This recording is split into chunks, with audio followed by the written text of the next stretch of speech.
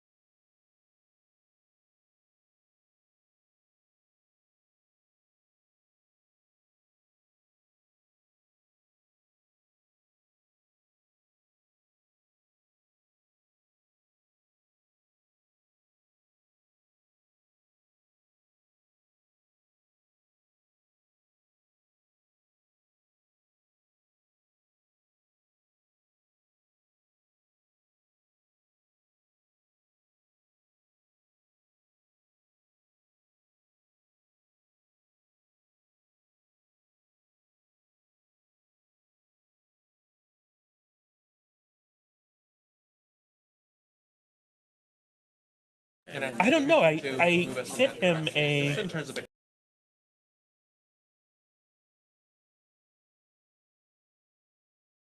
It's in D section, and so he should.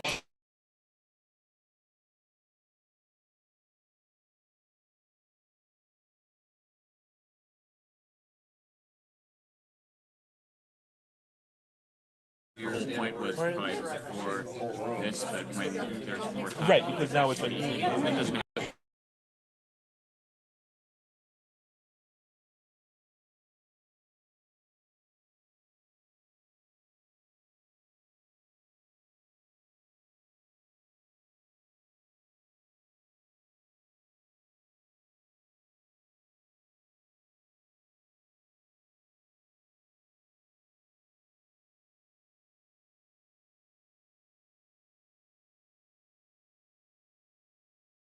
right here, these two. Oop, so that,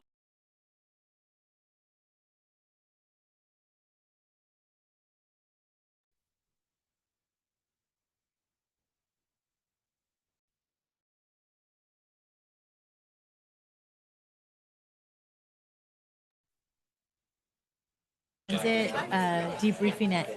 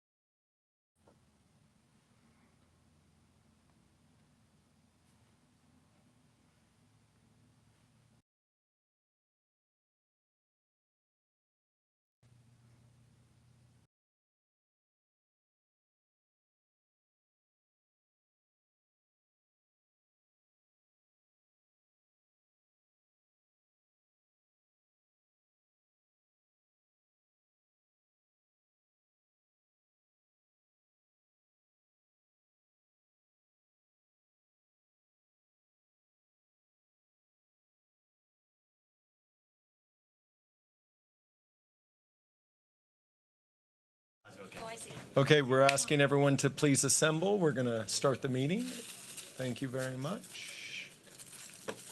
And we have a new member we're going to swear in as well, correct? Yes. Okay. Yes. Do you want to do that after welcome and before roll call? Before roll call. Okay. Okay.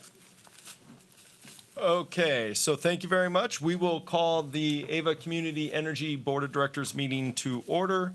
Today is Wednesday, May 21st, 2025. We're slightly late just to achieve quorum, but I appreciate everyone's patience, 6:05. And with that, we have a new member to swear in before roll call. Yes. Member Campbell from Fremont. If I could just repeat after me. I, your name, I, Desiree Campbell, do solemnly swear do solemnly swear that I will support and defend that I will support and defend the Constitution of the United States the Constitution of the United States and the Constitution of the State of California and the Constitution of the State of California against all enemies, against all enemies, foreign and domestic, foreign and domestic, that I will bear true faith and allegiance that I will bear true faith and allegiance to the Constitution of the United States to the Constitution of the United States and the Constitution of the State of California, and the Constitution of the State of California, that I take this obligation freely that I take this obligation freely without any mental reservation without any mental reservation or purpose of evasion, or purpose of evasion, and that I will well and faithfully that I will well and faithfully discharge the duties discharge the duties upon which I'm about to enter. upon which I am about to enter. Thank you very much. Thank you. Welcome to the Ava Board as the newest member, although Fremont obviously has been with us a long time. And with that, can we go ahead and have a roll call, please? Thank you. Alameda County, Present.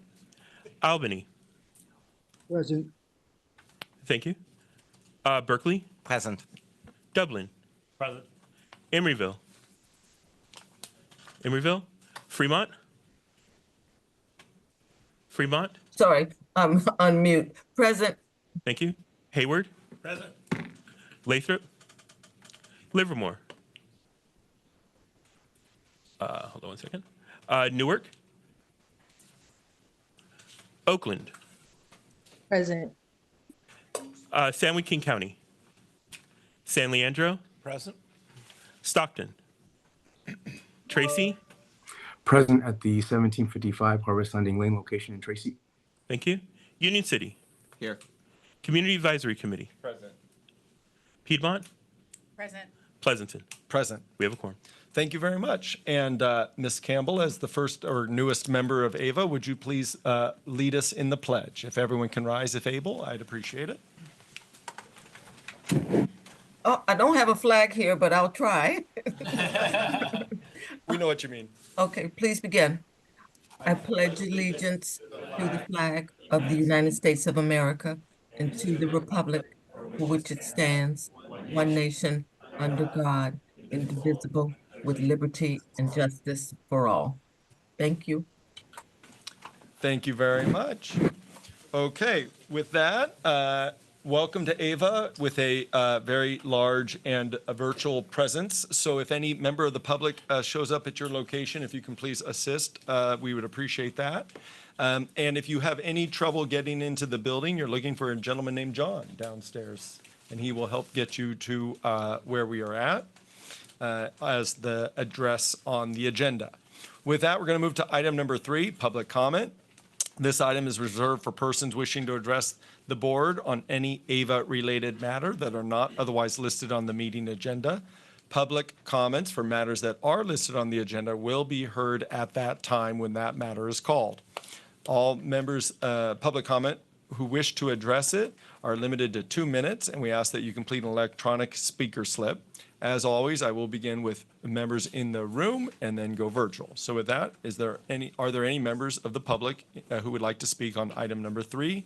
Please approach the podium at this time. Seeing none, online, There are no hands raised at this time. at any virtual location. Okay, public comment is hereby closed for item number 3. Moving to item number 4, this is closed session public comment. If anyone would like to speak on item number 4, closed session public comment, please prepare or do so at this time, limited to 2 minutes. Anyone in the room? Seeing none. Online There are no hands raised at this time. and at any virtual location. Seeing none, that is closed. We are going to adjourn to closed session. Item number 5, public employee performance evaluation. I would like to mention for the board members joining us virtually, you should have received a meeting invitation on your calendar that will give you the Zoom link. It is a different Zoom link, and I will make sure that you make it through on the other side of this. So with that, we will adjourn to closed session, please. And please have the record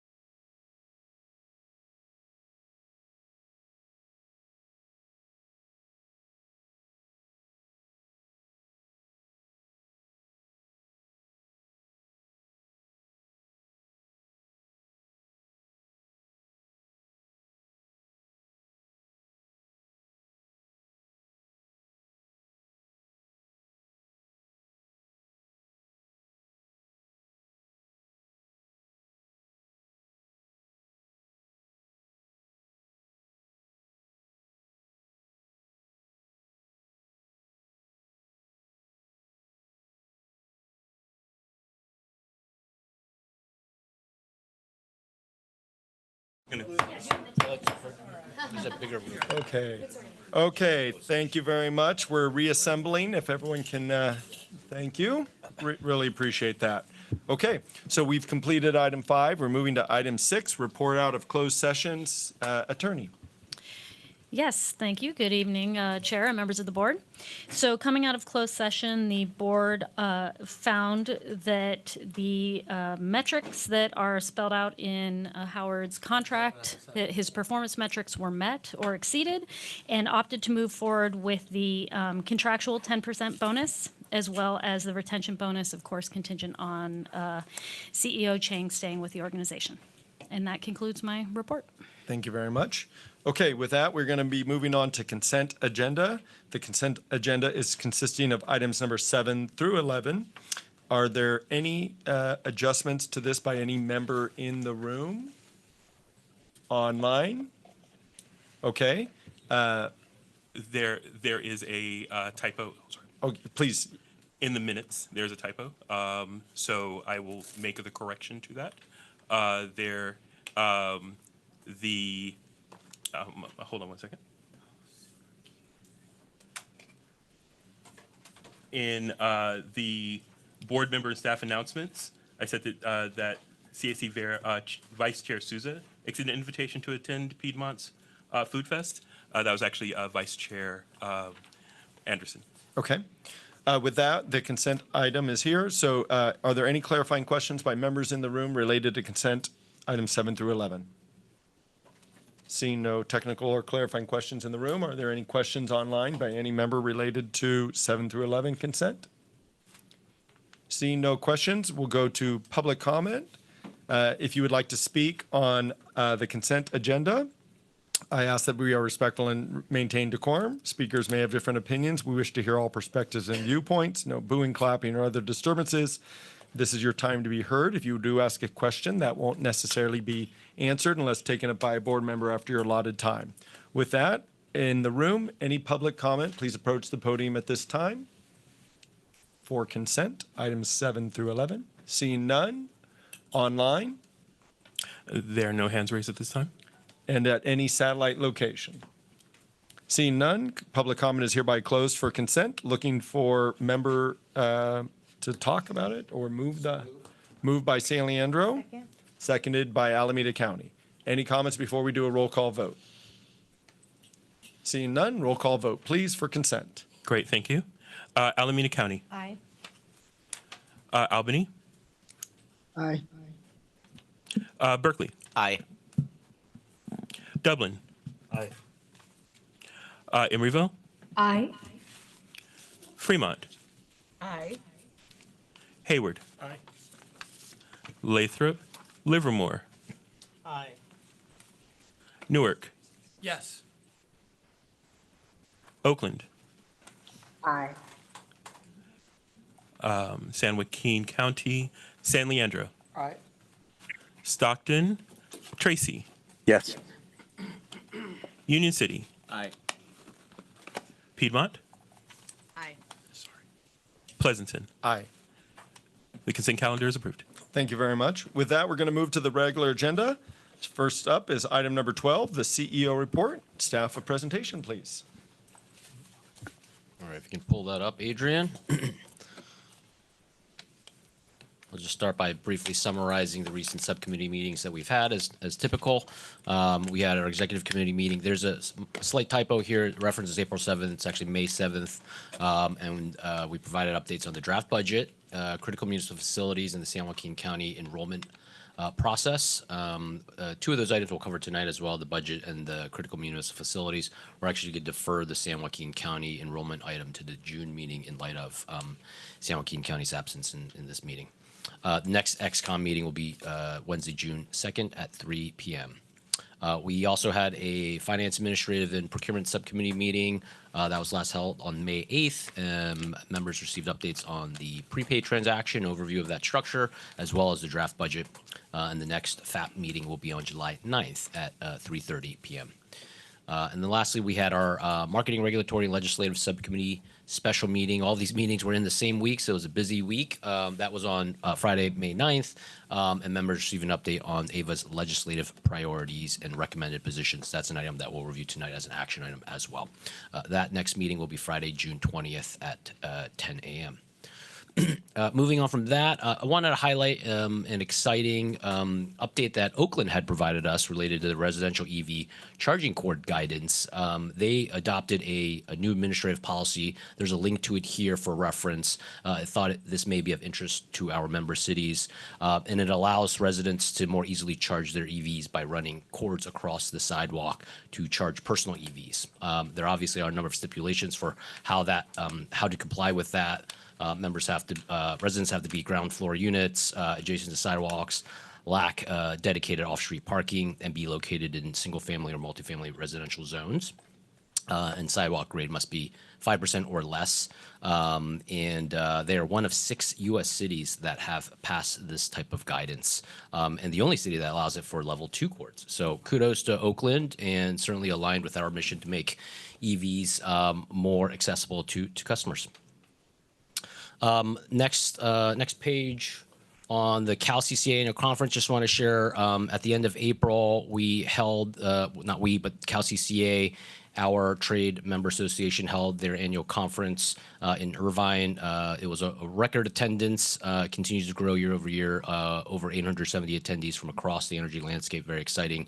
We sent a number of our staff members, but additionally, we sent directors Barrientos, Brown, Gonzalez, Roche, and Tregub to network, share our ideas and our expertise, and learn from other CCAs and partners of ours in the energy ecosystem.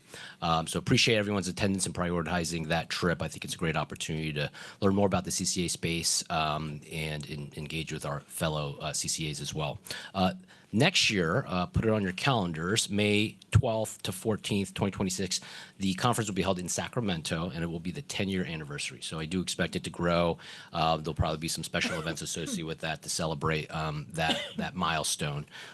So look out, and hopefully we can get additional members to plan to attend. And if you're interested in hearing more about the benefits of attending, please feel free to reach out to our fellow board members who are able to make it. Next, I just wanted to highlight our Fremont residential transition to Renewable 100. This is something that was passed last year in July. There's a link to that board item. Fremont is one of our largest members, and they made a decision to opt up their customers to Renewable 100.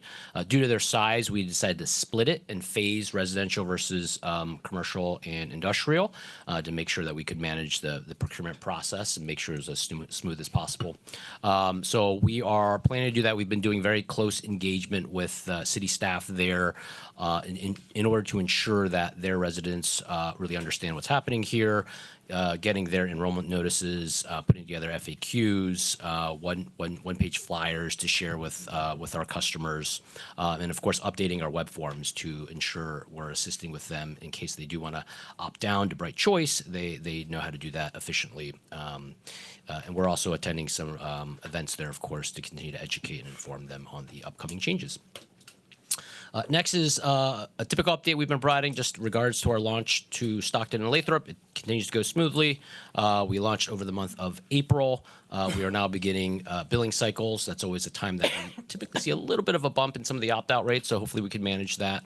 And these are some opt-out related statistics that we typically provide just to track that. It's in line with the norms, so nothing concerning. They're hovering around 5% overall.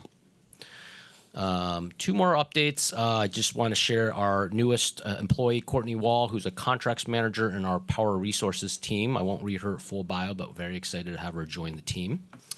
And then lastly here is just a list of events that we have upcoming in May and June in the community. You can see sprinkled across Newark, Oakland, San Leandro.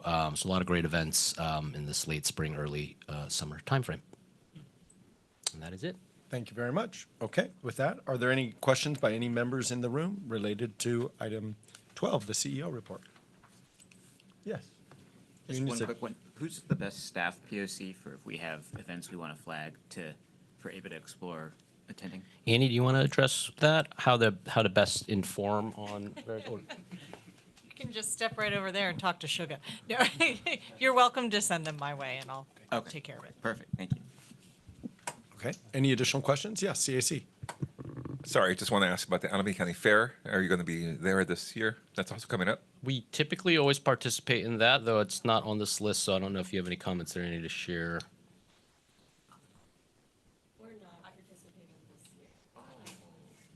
There we go. Sorry, with the somber note. There's so many events, and we're really focused on San Joaquin County expansion, so. I don't get any of the tax, though. The county does. Okay, any additional questions by members in the room? Okay. Yeah, oh, sorry. Yes, Dublin. A quick question on the Oakland residential EV core guide. I think that's really great. Clarifying question, they didn't have to go through an HOA today to get this approved, or there are no HOA restrictions? I'm not sure about that question. It's a good question. I'm not the expert on this. I wanted to make sure to disseminate some of this information on behalf of City of Oakland. But to the extent there's interest there, I could also seek out our contact there and pass it on just to make sure you understand how they provided that guidance and how it is related to HOAs. Yeah. Yes, please. Thanks. Okay. Adrian, do you mind stopping the share so I can just see online the participants? And are there any questions by any members online related to the CEO report, item 12? Okay, seeing none. Are there any public comments related to the CEO report, item 12? You would approach the podium at this time, limited to 2 minutes. Seeing none, online? There are no hands raised at this time. And at any virtual location. Okay, public comment is hereby closed. This is an informational item, so we're going to be moving on. The next item is number 13, the CAC report. Please. Thank you, Chair. The CAC met this past Monday evening. We only looked through a few agenda items, so it wouldn't be so overwhelming. We did have the ad hoc committee on energy affordability come through and present. We reviewed the critical municipal facilities updates, as well as the state legislative bills to support those items or not. I can provide those comments around item 15 and 16 later when that item does come up. But for the chair report, we reviewed the draft budget as an informational item that will be presented this evening by Ava. CAC looks forward to seeing the item for recommendation in the June meeting. And I was highlighting the local development allocation from $25 million in the upside budget to only $10 million with the PCAI reform budget. I have that in the chair report below, more details about how I presented that information. Also, a couple of members from the energy affordability ad hoc presentation talked and shared about building the story of pain for ratepayers. And then one of the members will invite Richard McCann from Energy, Water, and Environmental Policy, an economic senior consultant, to speak to the ad hoc committee and eventually to the CSC committee. And I believe also the CSC will be working with staff on the ad hoc to look at recommendations. Some of the things that were presented that evening, these actions from the committee, was develop a list, energy affordability legislation in support of reducing electricity bills and advocating for these bills. Again, Dr. Richard McCann, the economist, who has served as an expert witness in rate cases at the CPC, to speak to CAC and AVA board to discuss new IOU business model, evaluate risk to AVA from PG&E's uncontrolled rate increases, increase transparency of AVA's detailed accounting of expenses, and develop spending plans on behalf of ratepayers, and AVA to further joint coalitions to protect and lower rates. So some of the recommendations on screen and also in your packet uploaded as well. We'll be talking through that more as the weeks and months to come, but we look forward to seeing the budget and discussing that further. Thank you. Thank you very much. All right. Any questions by any members in the room related to the CAC report, item number 13? Seeing none. Online? Any questions related to item number 13? There are no hands raised at this time. Not yet at public comment, but thank you very much. Public comment on item number 13 in the room, please approach the podium at this time. Adrian's keeping us very efficient. And online at this time, public comment for 13? No hands raised, Adrian? No hands raised at this time. Okay, and at any satellite location. All right, so we will close item, public comment on item 13 and the item itself. So thank you very much, CAC. Okay, with that, we are going to move to, we have 3 items, as you guys, as my fellow colleagues understand on the agenda. The first one is obviously the draft budget. This is an informational item. This is basically the presentation for the adoption of the budget slated for the next meeting in June. So we're basically doing all of the legwork to lead up to that. This is generally our final ability to provide any direction to staff to update for the final budget that will be presented in June. So that is the premise of what we are working on. So with that, item 14, the fiscal year 2025-26 draft budget review, informational item. And with that, staff report, please. Great. Thanks, Adrian. Pull that up. We can go to the next slide. So this is a pretty dense presentation. I acknowledge that. I'm not going to go through every slide in detail. Happy to take questions at the end, obviously, to delve deeper if I cover something at too high a level, but I'll try to move quickly here. I'll also note we have reviewed this with our executive committee and our FAP subcommittees, as noted earlier, and then we'll plan to review it again with our XCOM in early June, and then, of course, to the full board for action. That's our typical process. That's what we followed for the last number of years. This year is somewhat unique. I'll just highlight this is a more complex budget for a couple of reasons. One, there's a lot of energy market volatility, and that pricing leads to more rate variability. And then the other is potential regulatory action related to PCI reform. So that adds another variable or element into this budget that we don't typically see year to year that we need to address. And so you'll see a couple scenarios in here as a way to try to illustrate potential outcomes associated with that reform.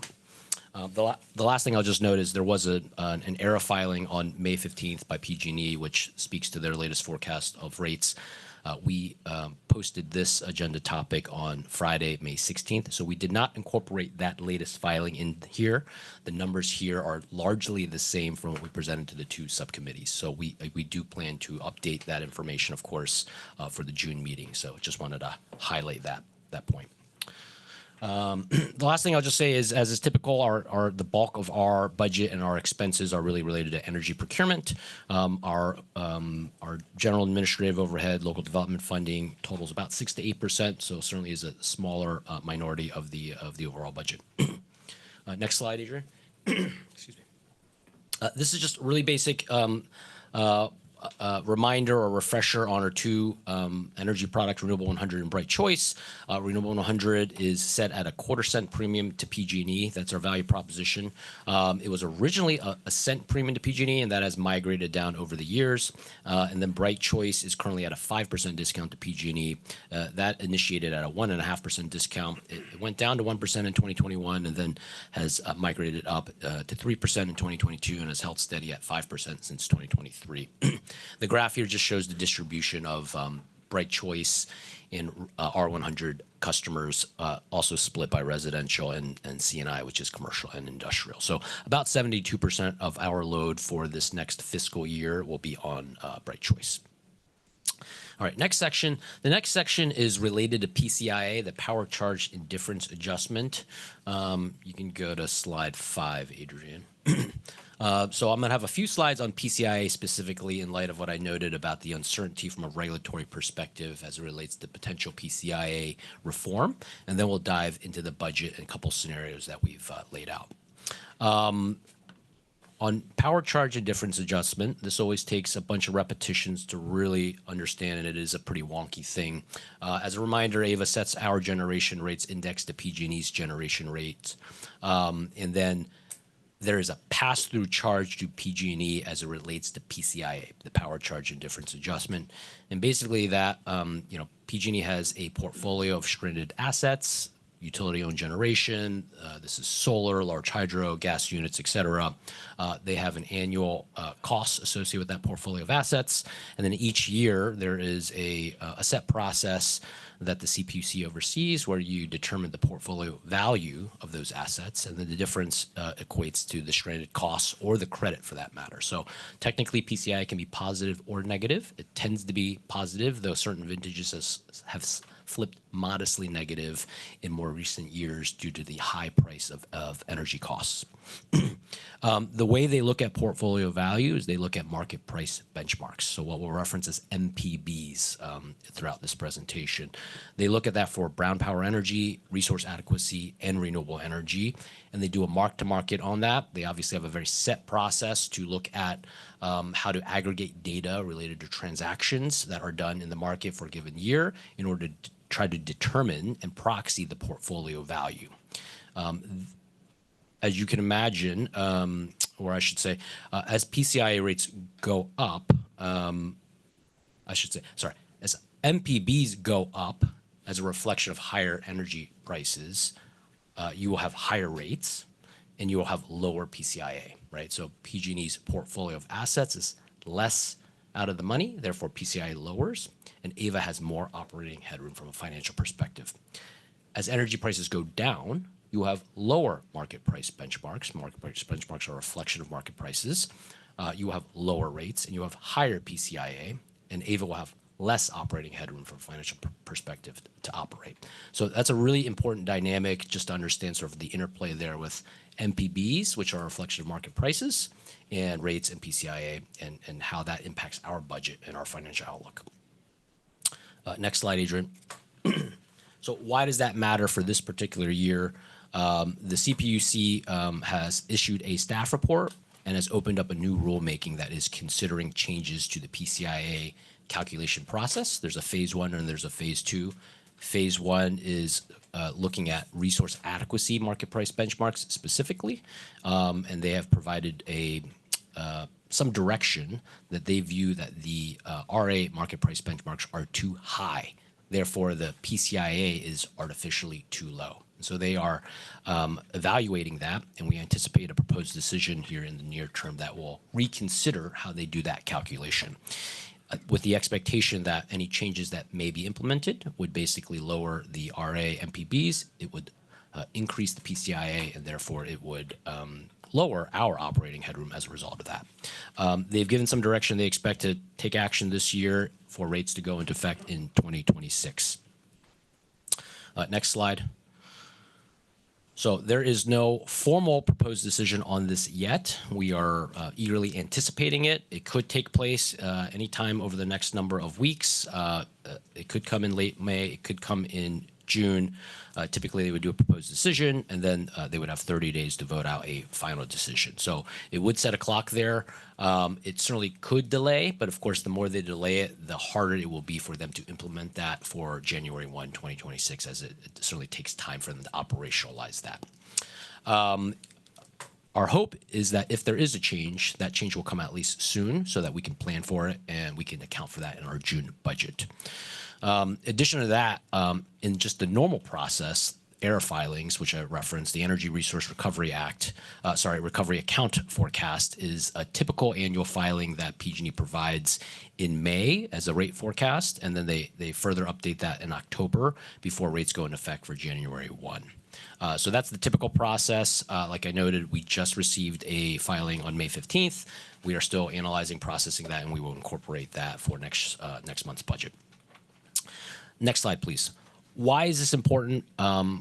We've quantified some potential impacts of that PCI reform if it happens. And there certainly are a number of scenarios of what could happen if PCIA is reformed. This is one scenario. This is our estimate of what we think will happen given what we've heard. But certainly there is quite a bit of variation that could occur, both in terms of the regulatory process and how they want to adapt the PCIA calculation methodology, and it is also highly contingent on where market prices actualize. So a lot of uncertainty.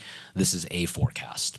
And what this basically says is that in 2026, calendar year 2026, if they implement what we are estimating or forecasting that they implement, they will go and retroactively collect on 2025 in the PCIA, and that will amount to lower revenues for AVA in the order of magnitude about $187 million. So very significant.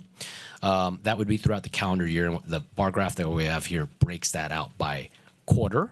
And you can see what we call upside is the orange bar. That's the sort of status quo, no change to PCIA methodology. And then the blue bar to the right of that is if there is PCIA reform, what is the revenue projection? So the differential there is really what I'm highlighting here. And the green bar is a cumulative of that differential over the course of the year. And that's, you can see that adds up to $187 million. So very significant. Again, a high degree of uncertainty as to what will actualize in this process, but there this is very meaningful and something that we're, of course, planning for and trying to account for in budget planning process. About $80 million of that, so a little less than half, will actualize in this next fiscal year. That's related to January through June of 2026. And then the other portion, over $100 million, will actualize in the July to December 2026 period. So this will impact the next 2 fiscal cycles. In addition, of course, on an ongoing basis, it will adjust the PCI methodology as a whole. Next slide. I'm not going to go into this in a lot of detail. Really, the takeaway here that I want to highlight is that the market is quite variable as is. So even without PCI reform, you can see the different blue bars. We have RA pricing, brown power pricing, and renewable energy pricing all reflected here. And as you can see year to year over the last 5 years, there has been a lot of variability. And that variability means variability in rates, and it also means variability in PCIA. Therefore, it means variability in our financials. And of course, the one orange bar that you can see there reflects PCI reform. So that adds much greater variability into the process. And it is just related to RA. This phase 1 of the PCI proceeding is just RA focused, but phase 2 will look at all components of PCIA. So there's also on the horizon other potential changes that could occur. So a lot to try to account for in a budget setting process. Next slide, Adrian. So what did we do to try to account for this in our budget setting process? Well, we laid out 2 different scenarios. I'll sort of point us to the last 2 bars on this bar chart on the bottom left, 2026-U and 2026-R. U reflects upside, and upside really is the status quo, so no change to PCIA. And then 2026-R reflects PCIA reform. And we say that as upside versus reform is I think we have some strong degree of confidence that some type of reform will occur. So you can see the comparison there, and you can also see historicals of what the rates have looked like since 2019. The blue bar is AVA generation rates specifically. The pink portion is the PCIA fees. The green line is our operating expenses. And then the margin is the orange line. So what that margin reflects is basically the blue bars minus the green lines. And you can see our operating headroom has fluctuated quite a bit since 2019. And under these scenarios in 2026, it starts to get quite a bit tighter. And certainly in the reform scenario, it's very tight. The other thing I'll just point out here in the last 2 bars is overall rates to our customers are generally projected to come down in 2026. So that's a good thing, of course, lowering their costs. And you can see between these 2 scenarios, the overall cost to our customers is pretty close.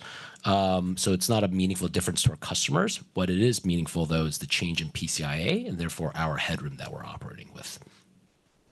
The last thing I'll just note is based off the error filing that was just provided, I have some sense that the numbers will look modestly better in June. So I think those numbers will be a little bit higher.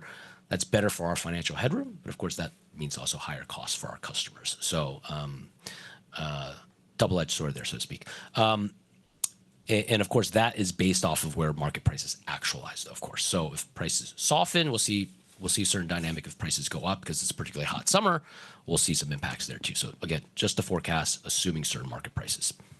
Okay, next slide, Adrian. Okay, now we're really going to get into the budget aspects, and you can go to slide 13. So 4 columns here. Column all the way left is our forecasted budget, or I should say a board-approved budget from last year. Just to the right is actuals forecasted for this year. So this is actuals through April timeframe and then forecasting for this last quarter of our fiscal period. And you can see if you look at the very bottom line there, our net position is forecasted to be about $114 million for this fiscal period. So that certainly surpasses our forecasted budget. And then to the 2 columns to the right, we have that upside in the PCI reform scenarios. And that's where if you look at the very bottom line, you can see net position of about $55 million in the upside scenario and negative $6 million, so running a modest deficit in the PCI reform scenario. And we have already taken some actions here to try to mitigate that deficit. So in the PCI reform scenario, we have lowered our local development contributions, and we'll talk about that in a little more detail. And we've also reduced our personnel costs. So we've slowed the hiring that we've projected or asked for approval on. Those are the two biggest changes from an expense perspective. And of course, the primary driver, as you can see here, is the top line, is the revenue changes as a result of PCI reform. So it goes from $994 million to $915 million. That's really the driver of the change here. Next slide, Adrian. This just sums up some of our assumptions that go into the budget itself. I'm not going to walk through every item, but most of these are fairly standard assumptions that we use year to year. The bottom is what I'll just highlight, which I already noted. We assume in the upside headcount hiring of 14 additional staff, and in the PCI reform scenario, we assume 7 incremental staff. And for local development funding in the upside, we assume $25 million of incremental funding, and for the PCI reform scenario, $10 million of local development incremental funding. And again, we'll walk through these in a little more detail. Next slide, please. So 2 things I want to highlight here. The table to the right looks a little dramatic and scary, and that's looking at trying to project even further forward. A lot of assumptions in here related to PCI reform, a lot of assumptions in here related to market prices. So high degree of uncertainty is where things will be 2 years out. So take it with a grain of salt, but we wanted to make sure that we were stress testing a bit and showing some potential impacts of what we're looking at, both in terms of some of the softening of energy prices, as well as potential PCI reform. And you can see that we run a pretty meaningful deficit in those scenarios of $100 to $200 million. There's a lot more modeling that needs to go in here, so I wouldn't get too panicked, but we wanted to show this just to think about how would we manage this type of risk. On the left side, of course, we talk about different tools that we have to mitigate this risk. And these are things that I want to cover in a little more detail in the following slides of what can you do to your value proposition and your rate setting to help mitigate this risk? What can you do to your procurement levels to help mitigate this risk? Adjustments to local development funding, some of which we've already accounted for. Adjustments to personnel hiring, some of which we've already accounted for. And that last item is related to rate stabilization funding. Our surplus for this fiscal year, as already noted, is very, very strong. Over $110 million is what the forecast is. So what would we consider doing to that in terms of putting some of that or allocating some of that to a rate stabilization fund to help manage some of this potential risk that we see in the future? And we'll talk a little bit more about that. Next slide, Adrian. So on each of these kind of tools or levers that I just highlighted, and I want to be, I'll just start by saying that at the end of this, we'll have a slide that kind of asks for specific feedback that we're looking for the board. We absolutely want feedback from the board as it relates to these different tools or levers to understand our appetite, interest to pulling on some of these levers, depending on what scenario kind of plays out. So one of those levers, as noted, is adjusting our value proposition or our rate setting. As noted earlier, we have a 5% discount to PG&E, and we have a 1/4 cent premium to PG&E for R100. What would it look like if we adjusted those things? So if we were to adjust Bright Choice discount by 1% and lowered the discount by 1%, that would increase our revenue in the fiscal period by about $7.2 million. And if you adjust your R100 premium by 1/4 cent, that's about a $5.6 million change in revenue. So taken together, it's $12-13 million. Meaningful, not a huge number, but meaningful. And then you can see just the split in the bottom right table there of how that proportionally breaks out between first half and second half. So that is one lever you could pull.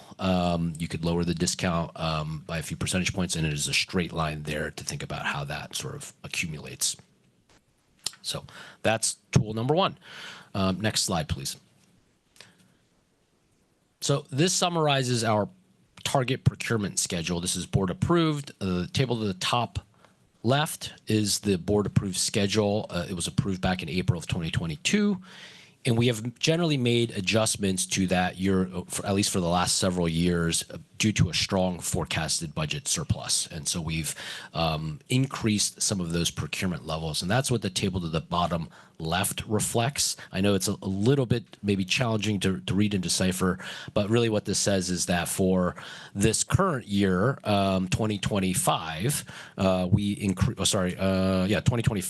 increased from what was a 76% target, and you can kind of see that in the 2022 section. We actually increased that in this most recent year to 81%. In other years, in 2024, as an example, we had a 71% target for large hydro or renewable energy procurement, and the board approved an increase to 81% for that as well in 2023. So we just wanted to show sort of year to year what incremental changes we made to some of those targets from 2022 through to 2026. So this budget assumes an 81% procurement target, which is unchanged to what was previously board approved for calendar year 2025. That 81% is an increase of 5% from what was previously board approved. So there's some incremental improvement there. And then for 2026, it was set at 81%, and we are not recommending a change to that procurement target here. So that's just, it holds steady at 81% for calendar year 25 as well as for 26. So that's what this is really showing. Next slide, Adrian. So what could we do as in terms of a tool or a mitigant on some of the financial risks there? We could adjust some of our procurement levels. Obviously, we know this is a challenging topic. We have a huge priority to decarbonize and find ways to procure more renewable energy. We know that is a top priority for us. We have done very well on that historically. And in 2024, in fact, we over procured relative to our target given the strong budget year. So we procured at about 93% large hydro renewable energy relative to the 81% target. So about 12% over. That is an estimate. Those numbers are still not finalized as a lot of our contracts still take time well into the next calendar year to actually complete sort of an audit and reconciliation process for your RECs, but that's a pretty good estimate, plus or minus probably 1% or so. So we are over procured relative to that target. So there is a tool where you can procure a little less in future years. You could do that, and what I would recommend considering is a compliance period procurement approach where you're looking across a multi-year period, call it a 3 or 4 year period, and think about how you balance your procurements. This is something that already exists with the RPS compliance mandates that the state has. There is every period has had a 3 or 4 year compliance period related to RPS retirements. The IOUs, of course, bank a lot of RECs. So in a given year, if you overgenerate 1 year, you can retire RECs the following year to maintain compliance. It makes a lot of sense. The reason why that was implemented is because we have variable resources, right? We have renewable energy, we have large hydro, especially at levels that we're talking about here, 93%. We have more variability in our power supply than a typical IOU, which has a lot of natural gas and it also has a lot of nuclear. So those are very, very predictable sort of generation. And what we have here is a heavier concentration on variable resources. So the concept of a compliance period makes a lot of sense. We have always exceeded our targets. And I would say in early years, we exceeded by, we'll actually go to the next slide and we'll show that.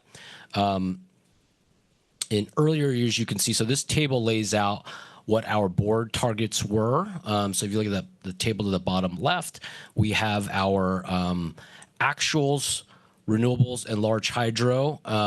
We have an initial, that's where we actually procured at for those particular years. So 55% in 2020, all the way to 93% in 2024. Again, 2024 is still an estimate, but all the other years are audited actuals. And then you can see that compared to sort of the initial target procurement, which is right below that, and then the board adjusted target procurement. And that reflects what I mentioned. Year to year, we've generally increased those numbers. So in 24, 25, 26, they're actually all at 81%. You can see the over procurement is more modest in the early years, and it's increased in 2023 and 2024. Two reasons for that. One, very healthy financial situation, so we generally want to ensure that that is a floor and we don't miss it. And two, because we have more of our long-term PPAs coming online, those resources have more variability in them. In the early years, we have a lot more firm renewable energy contracts. They're short-term contracts that are firm volumes, and so therefore it's easier to manage your procurement levels. But as you have more of our own solar projects, wind projects coming online, there's a lot more variability that happens year to year, and therefore if we're very conservative, which we generally are, and not wanting to miss the procurement target, you're going to have more over procurement. So what I'm introducing here is the concept of a compliance period that will allow you to look across 3 or potentially 4 years and say, hey, we're going to hit this target on average. Some years we're going to over procure, some years we're going to under procure. That allows us to manage the risk associated with hitting our target levels. And it also allows us to mitigate the excess spend from over procurement in light of the tight financial scenario that we're forecasting. So with that in mind, we can potentially still hit our procurement targets while still having a tool to manage the budget to some extent. Of course, what I'm introducing here is taking advantage of some of the overprocurement in 2024 at 93%. Of course, that would allow us to bring down some of the procurement levels in 25 and 26. So I want to be very upfront about that. To the extent the board is interested in this concept, we can roll it into June. And we would, of course, flesh out the methodology and the process in a lot more detail. There's a lot of intricacies with how you would operationalize this, of course. I want to start by getting some feedback to determine whether we should present some of those nitty-gritty details. Okay, next slide. So this is our GASB 62 balance. I'm not going to walk us through this table. It's really just there for transparency and reporting purposes to show what we have in our GASB 62 revenue deferral fund, which incorporates our rate stabilization funding. And I talked about the concept of taking some of this year's surplus and putting it towards our rate stabilization fund. That is not assumed in our approved budget from this current fiscal year. We have our current fiscal year surplus going to our reserves, on-bill credits, our solar storage incentive program, those three things. And that's what we did last year. So if we wanted to adjust that approach, it would certainly require board action to make that change. And I'm not going to make that recommendation in June, most likely. Really what I wanted to see is how the PCI actually rolls out. And because our financial audit actually takes place in the fall, that's when we would actually know what the surplus ends up as. And that's when I would anticipate bringing back something to the board to consider adjusting the allocation of that surplus. Understanding that's not a small deal thing. The board, of course, approved a certain approach. So we want to make sure there's ample time to digest and review considerations there. Just a preview on that topic, though. Okay. We'll move on to the next few slides. The next few slides are all sort of SG&A, general administrative related expenses. Again, these tend to be pretty small by percentage in terms of our operating expenditures, and a lot of the uncertainty we're facing is not really associated with this stuff. With that said, of course, we want to be transparent. It's important to understand what those, what we're seeking authorization for. So I will run through this quickly, and here you can see a breakdown of the various categories in operating expenses. Total operating expenses is about 5% of our overall budget. We'll go through each of these in a little bit more detail. So go to the next slide. We start, of course, with energy costs. You can see our total energy costs here. Our energy costs don't change between the two scenarios. We have not incorporated anything related to compliance period adjustments for procurement. To the extent we wanted to do that, that's where you would likely see some adjustments. The PCI reform scenario you would see some reduction in some of those energy expenses. That's really the big highlight there. And you can see the bar chart kind of breaks down the various energy products that we have. So I will leave that there. Next slide, Adrian. This is related to personnel. So this is an area that we made an adjustment between the two scenarios. In one scenario, we have 14 new hires. In the other, we have 7 new hires. And you can see just a quick breakdown of what functional teams those new hires are in. We are approaching 100 staff members for this fiscal year, given what was approved, and still closing out some hiring processes. And then, with these additional heads, you can see in the reform scenario, we have a total FTE of 105 people. And then in the upside scenario, we have 112 people. So that's just the difference between the 7 and 14 new hires. Yeah, okay. So I'll leave that there. Next slide. We did want to highlight this for a couple of reasons. Of course, we want to just report on our recruitment process and how it looks in terms of what roles are filled and what's still opened. So we have 10 of our 15 budgeted roles filled. We have a number of active roles that are open right now that we're trying to close out. And you can see our vacancy rate and our retention rate. Our retention rate is very high. We have a very low turnover rate. Strong staff satisfaction. We do also want to report on this because there is a specific compliance requirement related to AB 2561 that does require us to show some of our hiring requirements. So that's very explicitly here incorporated in our budget to make sure that we report out on this. Next slide. Slide 25. So this is our general administrative. These are not insignificant numbers, but again, as a percentage of our overall operating expenses tends to be pretty low. There are some modest differences between our budget and our draft budget there, which doesn't differ between our reform and our upside scenario.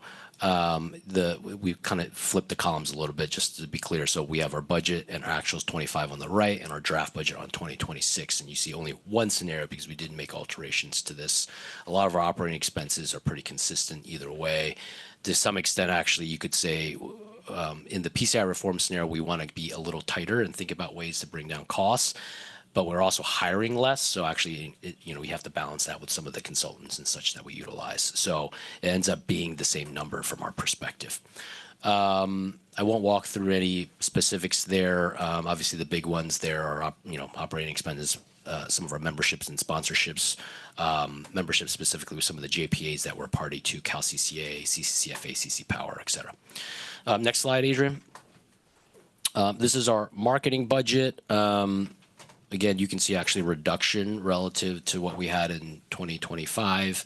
So we're trying to be stringent here on where we're allocating some of our marketing dollars towards, again, just one scenario between the upside and the PCIA reform. Next slide, Adrian, slide 27. This is our legal policy and regulatory budget. It's in line with our 2025 budget. This does include some potential litigation costs. That's probably the area that's one of the biggest drivers as to why actuals is lower than budget. And we maintain that sort of contingency litigation budget for the current draft budget year. Next slide, Adrian. We have other professional services. Again, we start to get into some smaller numbers, and you can see this broken out into some of the different functional teams for various consultants and such that we utilize in our finance, power resources, HR, and technology teams.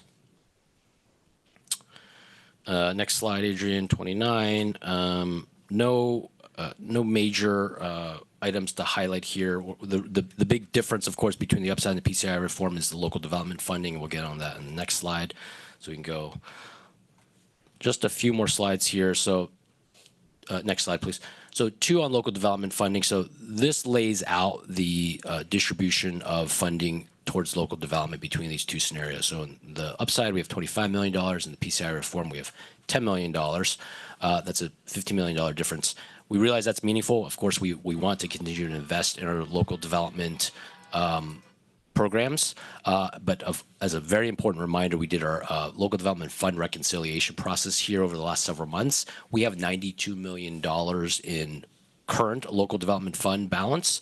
So the bottom line there is really adding the incremental allocation that we're putting on top of the $92 million. So in the PCI reform scenario, we will have $102 million put towards local development that is available. And then $117 million in the upside scenario. So we have a lot of funding available for local development. Really, we need to spend that. We have a lot of that is committed, of course, and we're operationalizing some of those programs via incentives and infrastructure build out, et cetera. So it's not a reflection of us pulling back on our commitments and execution on local development. It's just taking a step back, obviously, and tightening up what we're allocating as incremental funding so we can focus on execution as well as some planning that we have over the course of the next year to really think about what is that next phase. A lot of these dollars are committed and allocated, and we want to think about that next phase of sort of that probably 5-year period. We want to think about what programs we're going to put into next. So it is a softer allocation year as a result of that. Next slide, Adrian. This is just a quick summary of what we are planning to spend from the local development fund for next fiscal year. Again, just a reflection of that's $20 million out of that roughly $100 million or so total fund allocation. So the work's not stopping or slowing down as a result to slightly lower local development funding. You can see there's a lot here in terms of what we're trying to execute on and the programs that some of which we've already launched, some of them that we're launching here in the next several months. Okay, next slide. So next steps, we've already touched on this a little bit. We expect some updates here, certainly incorporating the ERA filing that came out in mid-May, and we will see if there is any form of PCIA decision that comes out that we can incorporate fully. So those are next steps, and then of course we'll bring this to XCOM and then the full board in June. And then last slide. Just sort of listing out somewhat explicitly some of the feedback that we're seeking here. So obviously any matters related to the budget that the board will want to share is valuable. In particular, I'll highlight some of the adjustments that we have between the upside and the PCI reform. So that's personnel in local development that's already incorporated. I think feedback on the compliance period methodology would be very, very useful, as that would make some material adjustments to how we think about our energy expenses. And then what I highlighted there, slide 16, is just that list of some of the different mitigants and tools that we have to manage some of the financial risk. And then the last thing I'll highlight is just considerations. If the CPUC passes or at least issues a proposed decision on PCI reform here in the next couple of weeks, we will, of course, incorporate that and we'll have a better sense of what the budget looks like. To the extent they don't, and certainly there's a good chance they don't, they're just delayed because this is a pretty big decision, we won't know, right? So right now we have laid out 2 scenarios, and there's some consideration of, well, how will we want to approach budget approval in light of that level of uncertainty that's right on the horizon. So certainly I will make a recommendation for June, but open to feedback on that in this session. And one approach may be to simply approve the PCI reform scenario and then come back mid-year.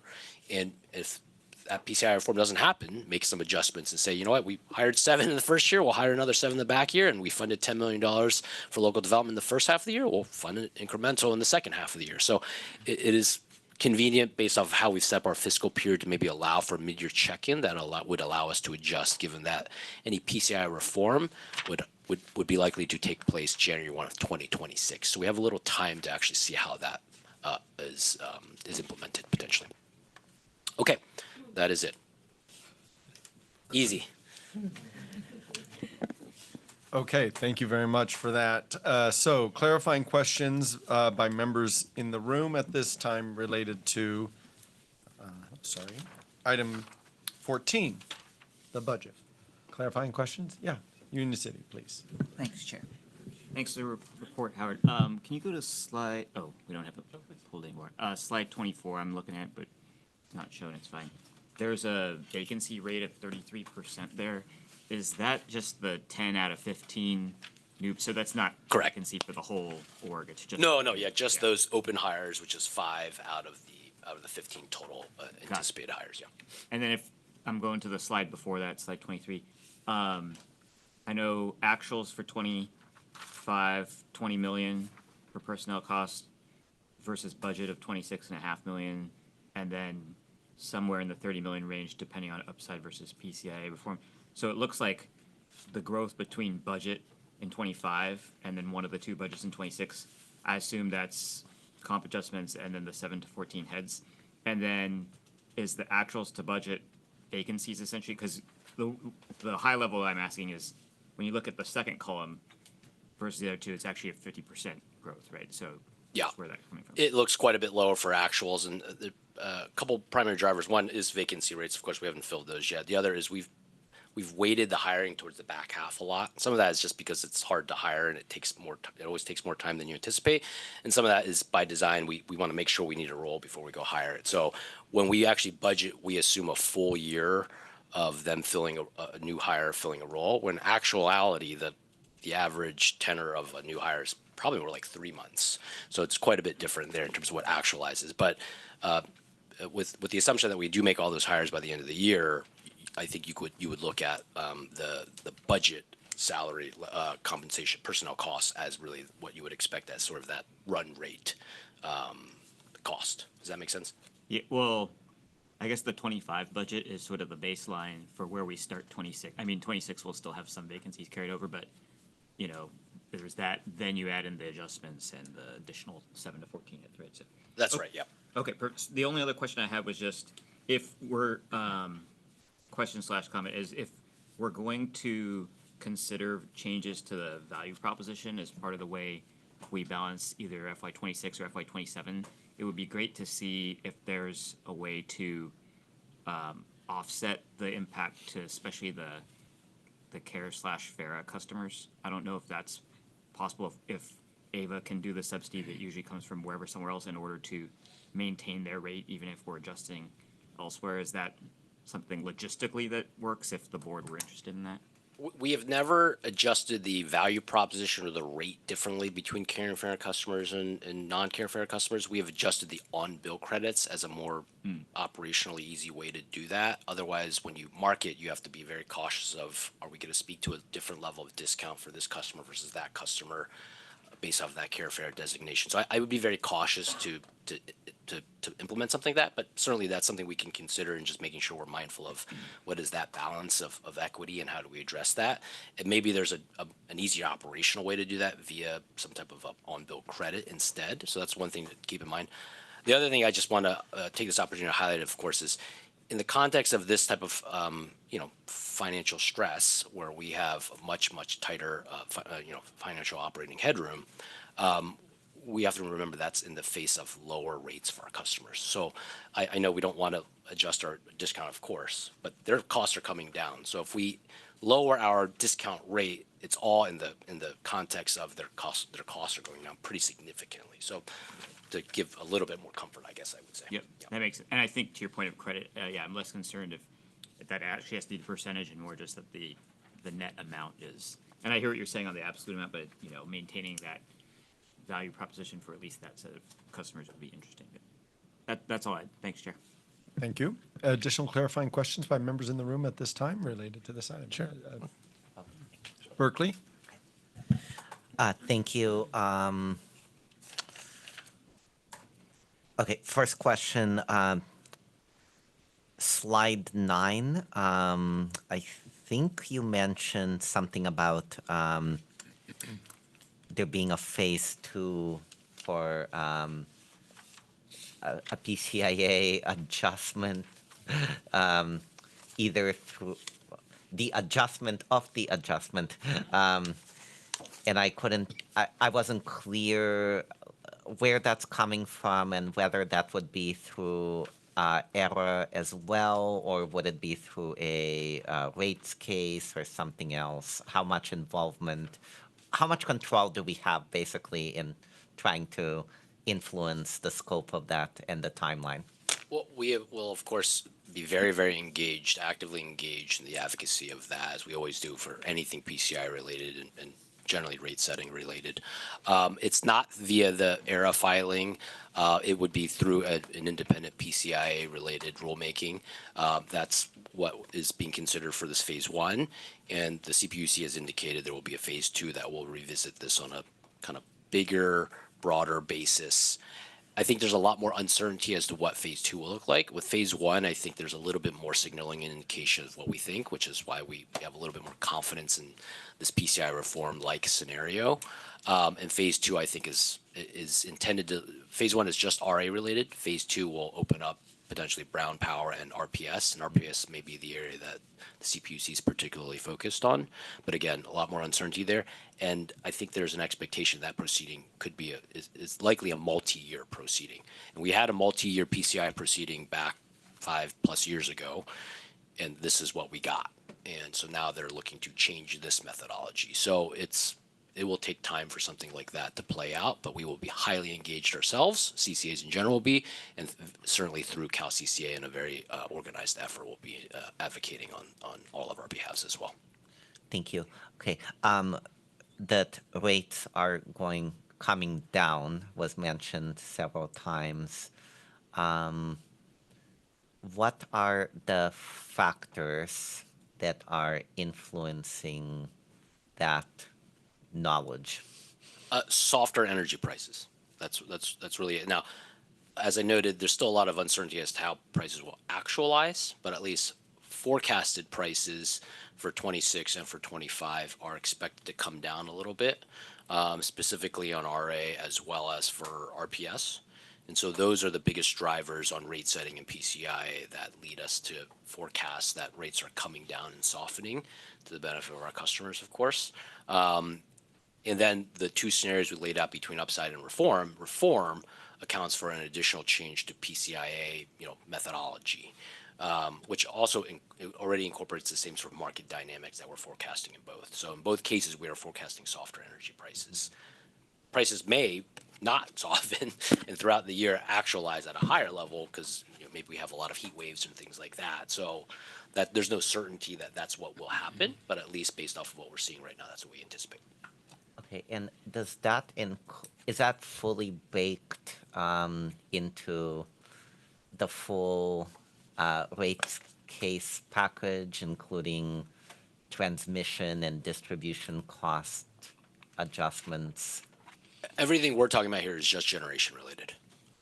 Okay. Yeah, not T&D related. There's a separate GRC case related Okay. to T&D. This is all just generation. Yeah, Wait, on our side when of we the bill. talk about rates, and that makes sense, we are trying to, isolate the things that we have the most control over, though we That's right. don't really. But you're not talking about necessarily the rates the customer will see on their bill. That's an important distinction. When I say prices are softening, I'm really just talking about generation related costs, which is reflecting AVA generation costs as well as the PCIA. So it is both of those components, but it's not accounting for T&D. And I know there's separate filings that PG's made on T&D. So yeah, all of my comments solely generation related. Okay, and then, and I think I'm almost done after this question. But when you talk about headroom, what can you do, or what can we do with more headroom? Is it the kind of how you talked about, more investments in, say, the local development business plan, or? Yeah, it is that, and that's the area that the board most weighs in on a typical budget setting process is allocation to reserves, rate stabilization fund, on bill credits, local development funding, procurement levels, and discount rate setting, of course. All of those factors. All right, and let me see, I may actually, that may be my last question. Thank you so much. Okay, we can come back if you have more. Oh, no problem. I have one more, implementing the feedback on item number 3, implementing, a new compliance period methodology. I know that would be a methodology that would come back to us, but I was curious if you had any thoughts you could share about what might that look like? Yeah, I would. There's certainly a lot of different flavors. One flavor of that is looking at a period of 24, 25, and 26, and basically saying, if you have an 81% target across the 3 years is how you would look to see if we hit those targets. So, if you're over 1 year but under another year and they balance out to 81%, we've hit our targets, and that's what's important from a board procurement schedule perspective. Yeah. Thank you. Okay, San Leandro? So I just want to make sure that I understand. Whenever we talk about, we set our price at a discount to PG&E, it's a discount to PG&E's generating price. Okay. Correct. The second question, at the very beginning, we talked about the PCIA portfolio's market value is overstated, is at least what would be argued or represented by PG&E. My portfolio's value is overstated. So what that means is that PCIA needs to be higher. So because PCIA needs to be higher and the gen price is falling, that means that our customers through this process are paying more money to PG&E as part of PCIA. Correct. Okay.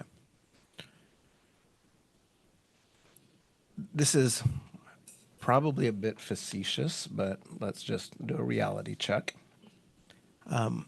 If PG&E comes in and says that a certain asset is basically worthless, is a market player allowed to purchase that asset for free? It's impaired. If it's fully impaired? You'd be shocked. In one proceeding, they say something, and another one, they say something else. So.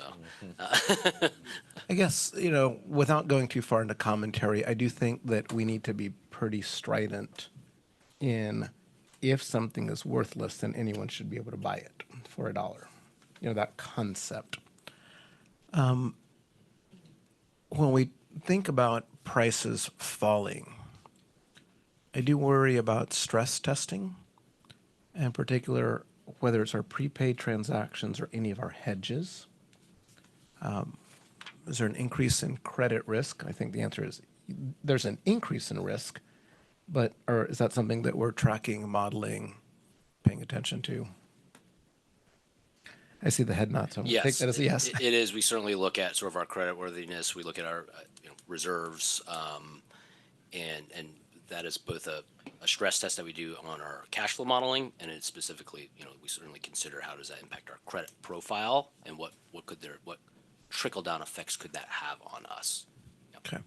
And my last question goes to page 17. I'm trying to, I don't know if we're able to put it up or not. It doesn't really matter. It's the slide where we talk about the renewable portfolio.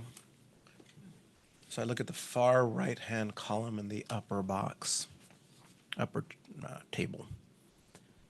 And when I look at that, I'm trying to make that, in some sense, apples to what we have. Because when we talk to our consumers, we talk about renewable, as in solar, wind, plus hydro, and then plus our nuclear allocations, going to get us over 90. Is there a way, and maybe it doesn't exist, but does something comparable exist for the far right-hand column? No, the far right column is the RPS compliance mandate that the state has passed. Purely. So, Thank purely, you. yeah. Just misunderstanding. Yep. Thank you. Those are my questions, Chair. Okay. Any additional questions by members in the room? CAC, please. Just a clarification on slide 13. I think the commentary says deficit of 5.2, but the table says $6 million. Just a misreference there. So which one is it? 6? It's 6. Okay, Yeah, 6 thank you is very the much. latest number. Thank you. Okay. Any additional questions? Yeah, Alameda County. Thank you, Chair. Thank you for the presentation. Had a chance to see this at Executive Committee.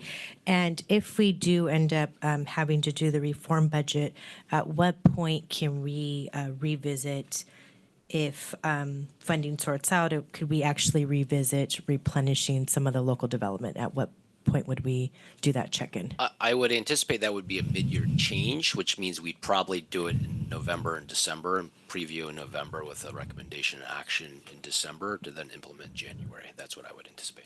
Okay. And then can you tell us roughly how much we're allocating per year for like community grants? I'm trying to remember off the top of my head. Feel free to chime in if you know it, but I know we referenced some of the. In the second slide associated with the local development fund, we're predicting that next year it's about $900,000 in local grants, and that is for the community innovation grants. It doesn't include sort of the more marketing focused. What about like the sponsorship, like events, programming? What does that fall Totally, we under? put that under our marketing That's budget under as opposed to marketing. local development budget. So like local community groups, sponsorships and things like Okay. that. Yeah. And then are we tracking that we're being, we're diversifying geographically, different populations? Are we ensuring that? Yes. Okay. And then. We haven't made adjustments to that, just relative to sort of our prior year budgets. Okay, and then with respect to the staffing, and earlier in your CO report, there was asks about, are you going to be at certain events? I know City of Hayward specifically was looking forward to having Ava at Juneteenth. Dealing with tabling season in my own office, I know how challenging that is. So I'm just wondering if there's an opportunity to seek college interns, obviously with adequate training, but just a way to ensure that we are engaging with the community and not necessarily having that only be staffed by employees. I know obviously volunteers, interns need supervision and oversight, but just wondering, obviously it's a little bit too late for this summer, but if we could come up with a plan for next summer, because it is really important to be in the public, answer questions, and also feel strongly we can still support events without actually having a footprint there. Yeah, I think that's something we can take back. I'm cautious to bring in interns because they are our ambassador, and really there's usually questions about rates and programs and things like that. So it is a hard thing to scale up and say that we can properly educate to be our representative out there. But I think I hear the point, which is the importance of these types of events and making sure we're hitting the top priority ones. So let's take that back and think about whether we want to engage with the board on understanding are there particular high priority events that we want to make sure we don't overlook, Right. and just think about staffing levels that would be reasonable there to ensure that we're hitting the right levels. And I such. also think we all need to just message. Sometimes we can't be at events for 6, 8 hours. You may just get us for 2 or 3. That's going to have to be okay because I think everyone's dealing with capacity issues. Yep. Thank you. Thanks. Okay. Additional questions or by members in the room at this time? Seeing none, online, clarifying questions by members online at this time? Okay, seeing none, we're going to go to public comment on this item. This is item 14, the budget. So with that, if you'd like to speak on item 14, please approach the podium at this time. Comments will be limited to 2 minutes. Anyone in the room? Yes, welcome.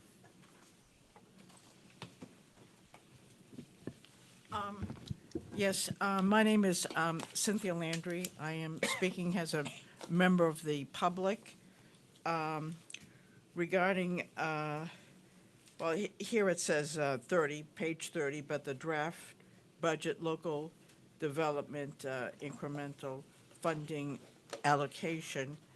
And this kind of follows what Supervisor Mark has alluded to earlier in terms of, thank you, in terms of, if there are additional resources realized, I think it's very important, the heat pump water heater support, which supports Air District, the funding to support the gas water heater phase out. I think especially for low-income folks, I think that is a very important thing that we should look at, even if there is a deficit. Perhaps you can look at reallocating this somewhat differently, maybe taking a percentage of all the lines, perhaps, and also the zeroing out of the critical municipal facilities. We just had never mind, I'm speaking as a member of the public. But anyways, that's another item there. Perhaps we can still allocate some resources. Thank you so much. Thank you. Are there any additional members of the public in the room at this time? Seeing none, online. Yes. Bradley Cleveland, you're recognized for 2 minutes. Thank you. Bradley Cleveland, I'm an Oakland resident, and I do some consulting work with IBEW, the Electrical Workers Union, Local 595. CEO spoke of the uncertainty related to the PCIA. I need not remind the board about the uncertainty related to the federal budget and policy coming out of DC. There may be some good news related to tax breaks tied in with the Inflation Reduction Act, the IRA. Those tax breaks may continue through 2028. If so, I encourage AVA to pursue local development projects that are eligible for these tax credits through the direct pay program. Direct pay allows tax-exempt nonprofits and public agencies such as AVA to receive tax credits for clean power projects. And you can recoup 30 to 70% of the project cost through direct pay. So I recommend that you accelerate the critical municipal facilities and resiliency hub programs in order to maximize the local development funding in order to draw down these federal tax breaks, assuming they continue. Thank you for your time. Thank you. Jim Lutz, you're recognized for 2 minutes. Yeah, Jim Lutz. I'm on the CAC, but I'm speaking for myself right now. One is a clarifying question, and another is more of a general question. Excuse me, could you try to speak a little closer to the mic? Or a little... Is that better? Yes, thank you very much. Okay. A general clarifying question. Why does having more long-term renewable contracts increase volatility? That sort of had me confused. I thought more long-term would reduce volatility.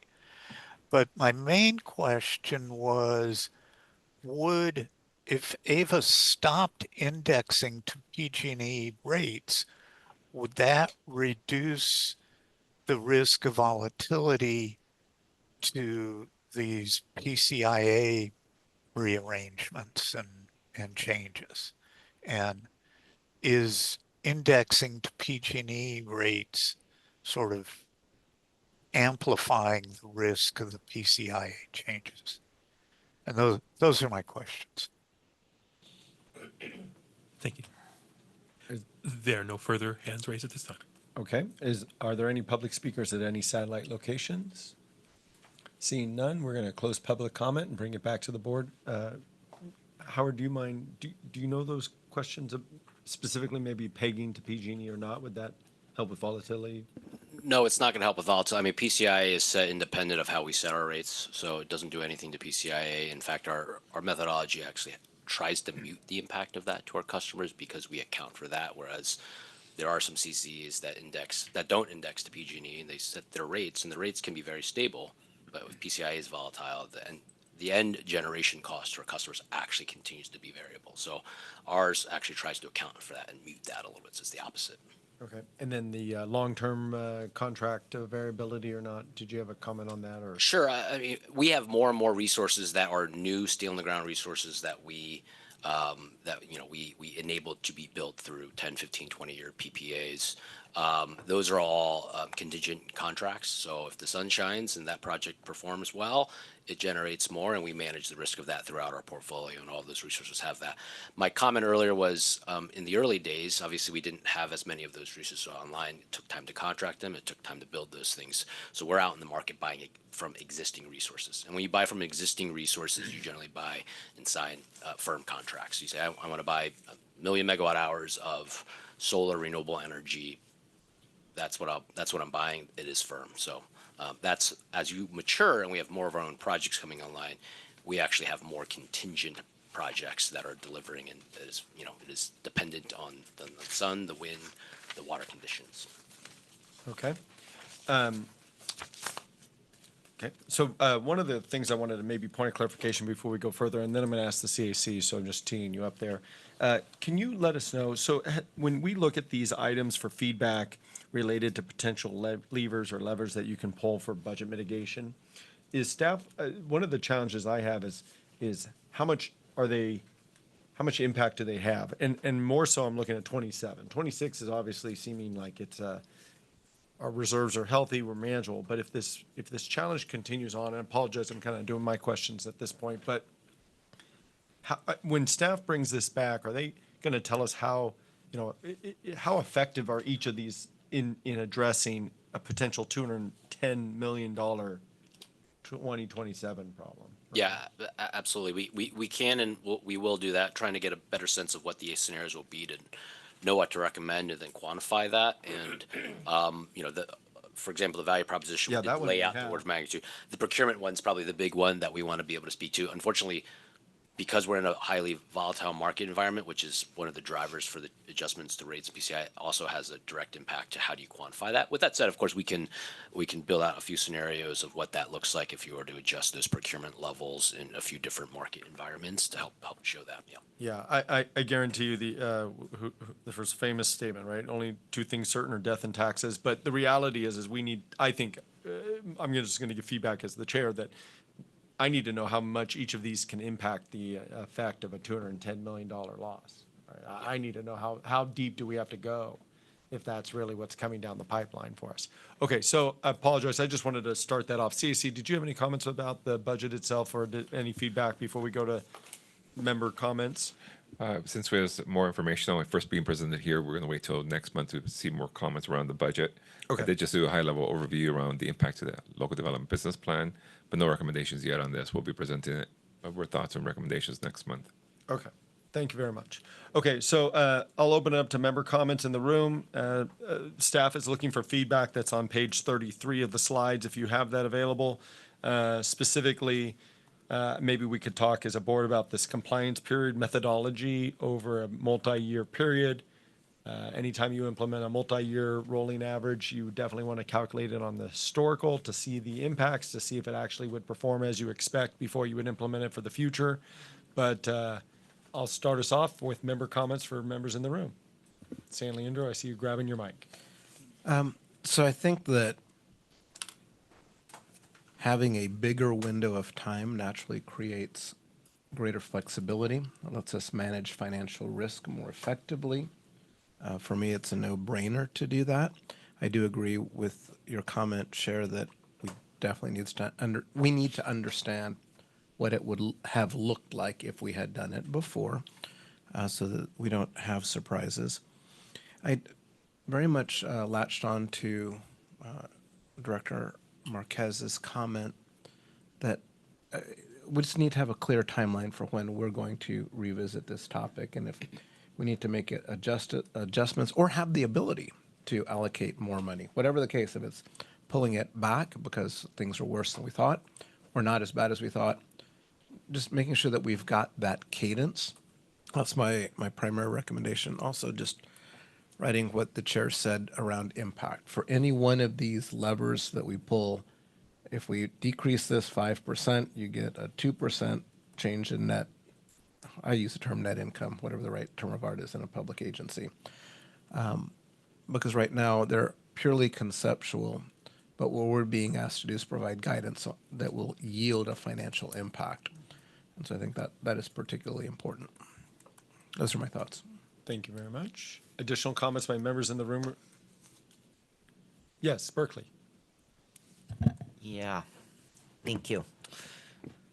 I'm gonna go down the line here. First of all, I want to voice my concurrence with comments that board members have already made.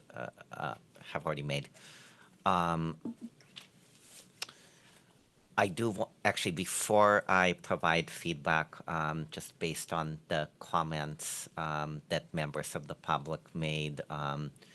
One, I would be curious. You don't have to answer this now, but I would be interested if we are looking at toggling future investments into potential future critical municipal facilities.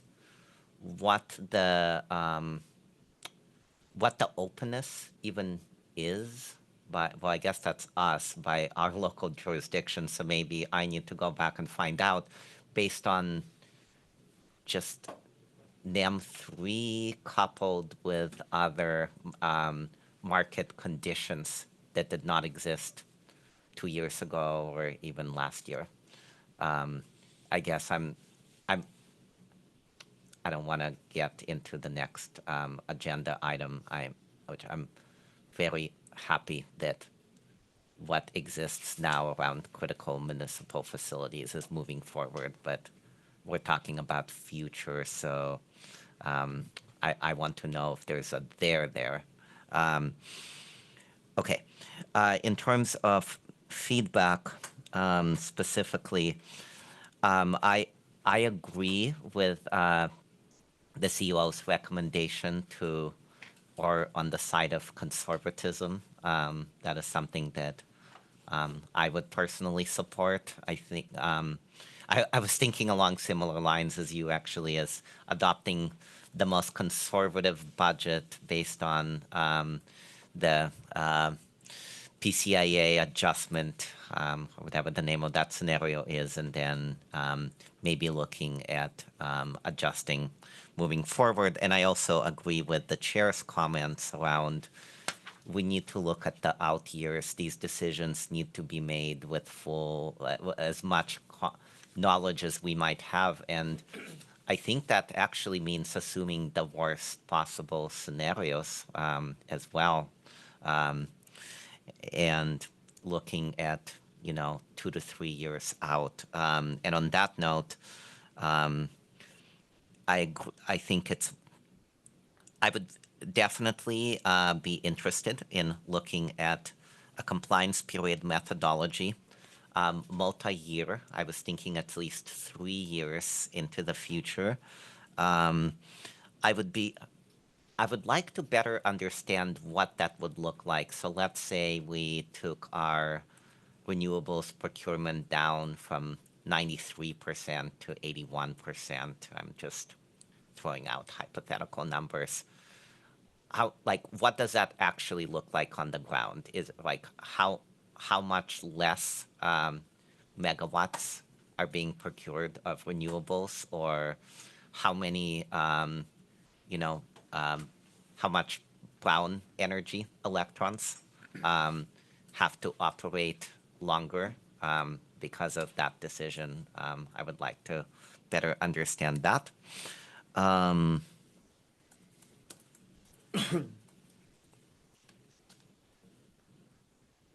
And then finally, this gets me to rates. And this is a lever that I would personally feel very uncomfortable pulling unless we know that there is no other available lever to be pulled. But if we need to pull that lever, and really in either case, I think we need to be very transparent with the customers why we are having to do this.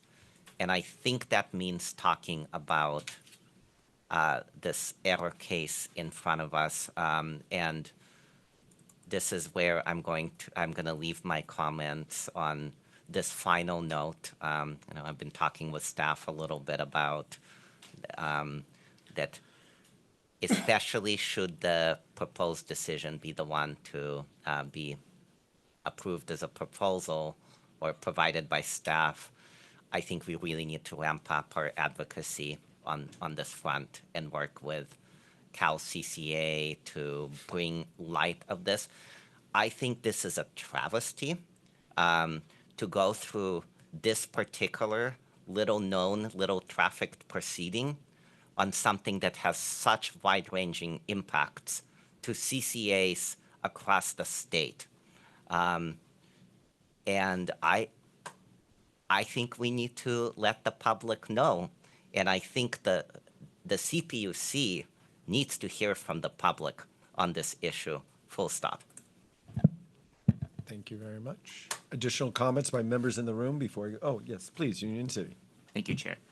Yeah, I just wanted to hit on the volatility point that had been brought up by, I think, a member of the public initially, because I think we touched on something similar in the Finance Committee. So, Howard, please correct me if I'm wrong, but I think I take the point that as we enter into more of these PPAs, that they're not necessarily guaranteeing a particular level of energy because how much does the sun shine, all that. But in general, we're sort of locking in future procurement. And so in an environment of rising energy prices, we kind of benefit in that way, right? But then as the market rates decline, our costs are not sort of declining on a one-to-one basis. That may not be the only thing that's driving that, but it's a big part of it.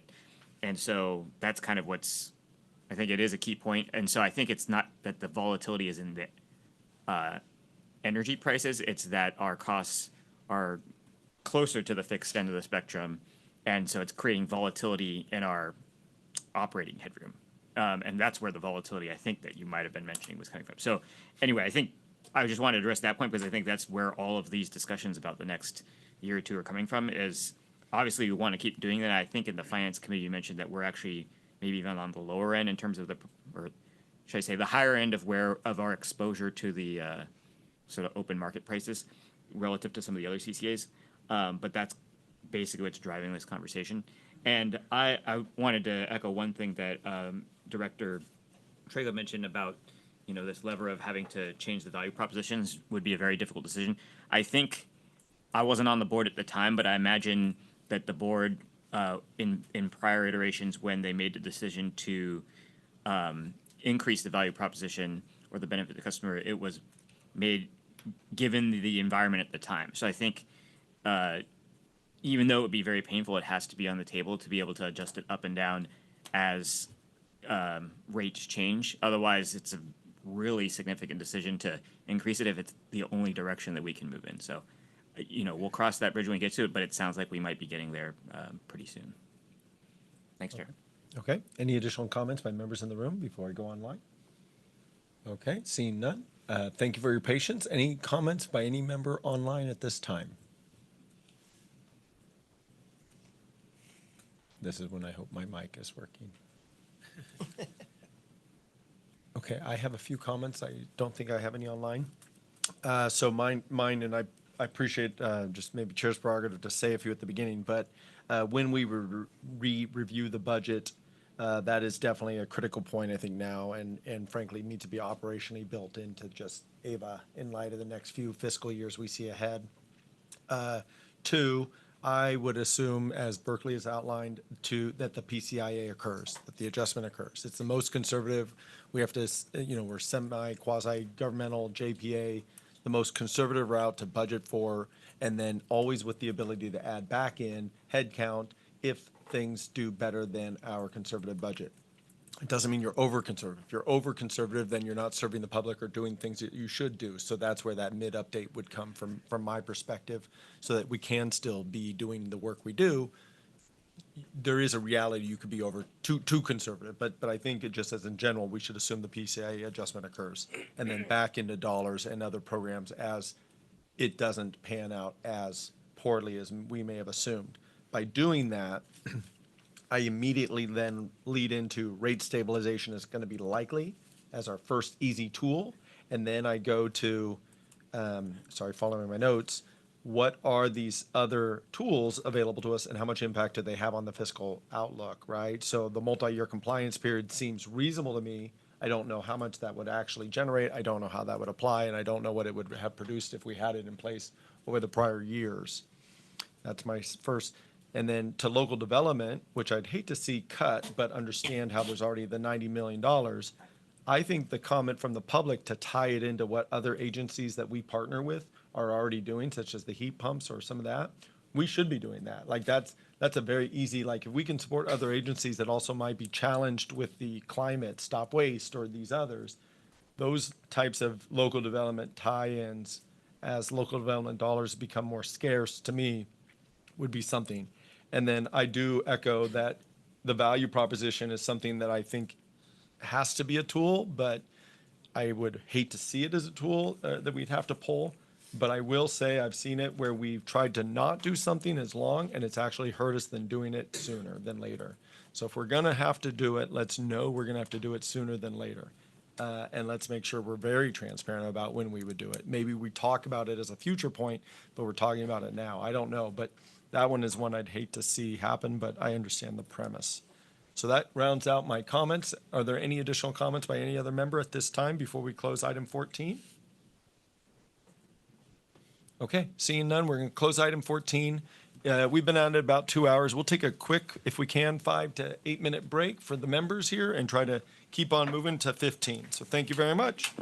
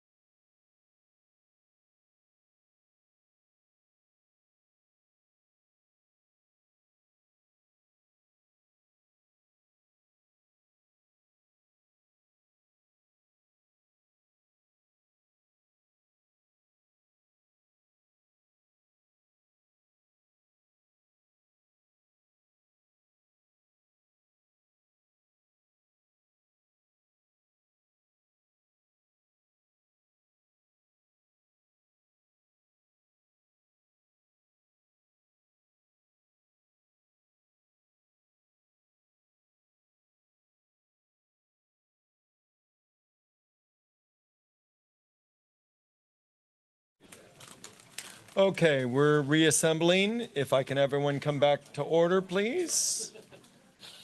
Okay, welcome back to the continuation of Ava Community Energy's May 21st meeting. It's approximately 8:15, and with that, we're going to move to item number 15, Critical Municipal Facilities Update. I presume, JP, you're going to do the presentation. Please. Yes, sir. Thank you, Chair Balch. Hello, good evening. My name is JP Ross. I'm Vice President of Local Development at Ava Community Energy, joined here by many of the team in person and on phone who've been working diligently to progress our critical municipal facilities program that we're going to bring to you tonight for action. If we can go to the next slide, please, Adrian. So tonight we'll be talking about an action item for our critical municipal facilities program. This is a program to develop solar and storage projects for 4 cities across 8 sites. We're going to be asking for approval to execute an engineering, procurement, and construction agreement with McMillan Electric. We'll talk about McMillan later on in the presentation.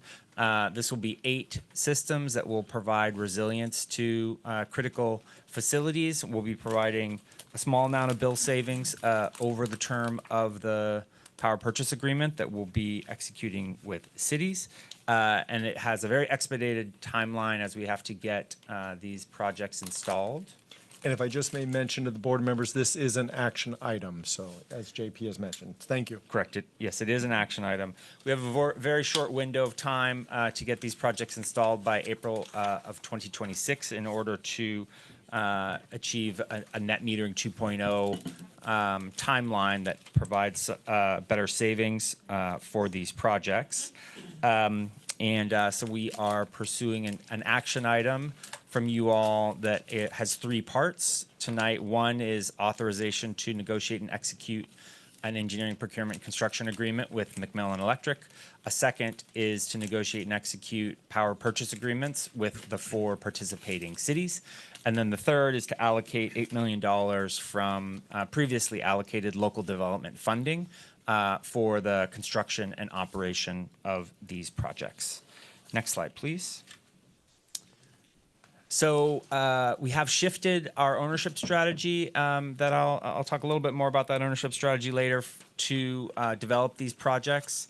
There is some benefits to Ava in shifting to this ownership strategy, as a member of the public, Bradley Cleveland, referred to. This does give Ava some experience in not only developing and owning assets, which we have not traditionally done, but also in exercising our investment tax credit capabilities and in the direct pay that is currently available to allow public agencies, public entities like Ava to directly take a tax credit. The current version of the federal budget does still allow for investment tax credit through 2028 and does allow direct payment. So we'll be getting some experience in asset ownership and development operation and taking some ITC as part of this transition to Ava's ownership. We have talked about this a lot, so I'm going to be moving through this because we do have a full agenda. Next slide, please. So this will be a project where we enter into power purchase agreements with the participating cities for these resilience projects. There's some benefits to cities that I think they're excited to participate in. One is resilience, so there will be solar and storage at specific city sites that will provide power to those facilities so they can continue to provide service during public safety power shutoffs and other emergency events. It's also an energy hedge, as you're aware, and we talked about with the budget. Energy prices are volatile and have been increasing. The whole bill has been increasing, so this provides an energy hedge to the cities. It also helps the cities meet their renewable targets. And Ava is a trusted counterparty. So many of our cities have developed solar and storage with private counterparties. Having a seat at our board provides you, the participating cities, with oversight of the operator of these assets over the term. Next slide, please. So we did hustle up and issue a public contracting code compliant RFP process earlier in the year. So that was a 2-stage process. First, we issued an RFQ. We had 10 responses to that RFQ. 6 of those respondents provided us with first round pricing. And then we did a short list of 3 of those finalists from the contractors who gave us pricing, and then now are proposing to negotiate and execute the contract with the winner of that final round, which is McMillan Electric. So really working to progress this by the end of May is when we're working to execute this contract. Next slide, please. The next slide is the RFP evaluation criteria, just for reference. I'm not going to go through that. Next slide. So our selected counterparty is McMillan Electric. We have Michael McAllister here, Vice President at McMillan Electric, in case you have any questions. So McMillan Electric is a San Francisco-based contractor, electrical contractor. They're a union shop, signatory contractor to both IBW 595 here in Alameda County, as well as IBW 6 in San Francisco. They have a strong portfolio of construction projects, including solar and storage projects, and has been working with PCE, Peninsula Clean Energy, which is another CCA on the peninsula, to develop similar projects to the solar and storage projects that we are pursuing a contract with McMillan on. We've been working really closely to kind of negotiate the terms of the EPC agreement, have a lot of commercial consensus working through some of the last points, and are really trying to get to an execution-ready contract by the end of this week. So this is very timely that we're having this board meeting right now. Next slide, please. So we do have labor commitments, as all of our kind of large-scale contracts like this, and many of our contracts, we are committed to paying prevailing wages across all of our projects. We also have some union labor commitments to use IBEW and union contractors for the on-site work. And in addition to being union, we have a commitment to using local labor. So we want to use labor from Alameda and San Joaquin counties for these projects, and working to make sure that's at least 50% of the on-site hours would be from local hire, and we'll be doing some payroll auditing on the jobs to make sure that we're getting those local hire commitments adhered to. Next slide, please. So this is the transaction diagram. The one thing I would note here we have Ava at the center. We're owning and operating these assets. We're contracting with McMillan on the left. They're doing the construction of the project. We're also looking at an O&M agreement, performance guarantee as well, with McMillan on the contract itself. We have Lunar, who is our grid services provider. So the equipment will be tying into our grid services. We'll have visibility and some dispatch through that system. And then on the right, we have our participating cities that we'll be signing PPAs with. And so that's how we're structuring this deal. Next slide, please.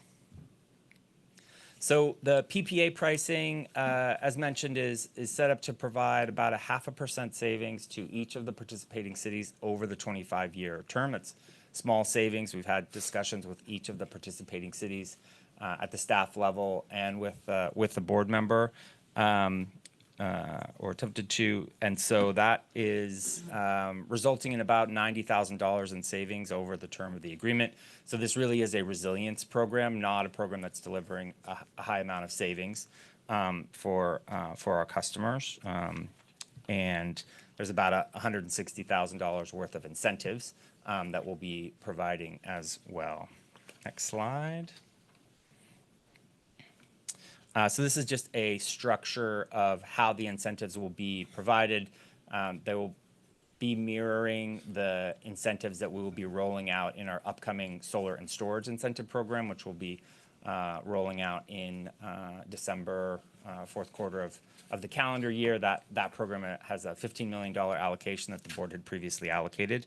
And so we're looking to kind of mirror the incentive structure for both our critical municipal facilities program as well as the public program that we will be issuing out.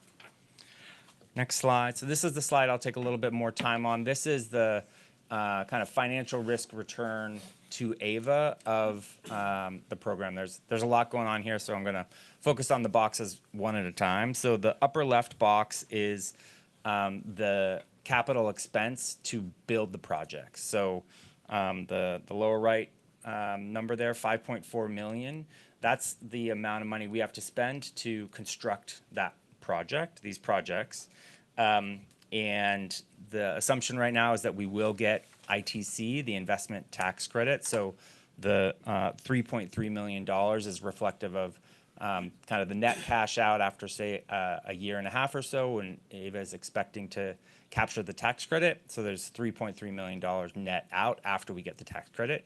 Tax credit is a risk, as you're probably well aware. There's a lot of uncertainty at the federal budget level. The current markup of the budget does allow us to capture investment tax credit, at least as it's currently drafted, but it's one of the downside risks that we're considering. So the second box down on the left, the orange box, we have the nominal cash flows to AVA. So in the kind of the upside case, the nominal cash flows to AVA is $2.5 million. So we'll spend 5.4 million. At the end of 25 years, we'll have recovered the 5.4 million and an additional 2.5 million in nominal cash flows to AVA. If you discount that, which is the next column over, like at a 6% discount rate, or you can think of that as like a 6% interest rate if you're thinking about a loan, then there's basically kind of zero, de minimis, or slightly negative cash flows of negative $300,000. So it's slight savings for the cities and slight savings for AVA, or cash flows for AVA, considering the work that AVA is putting in to develop, own, and operate these assets.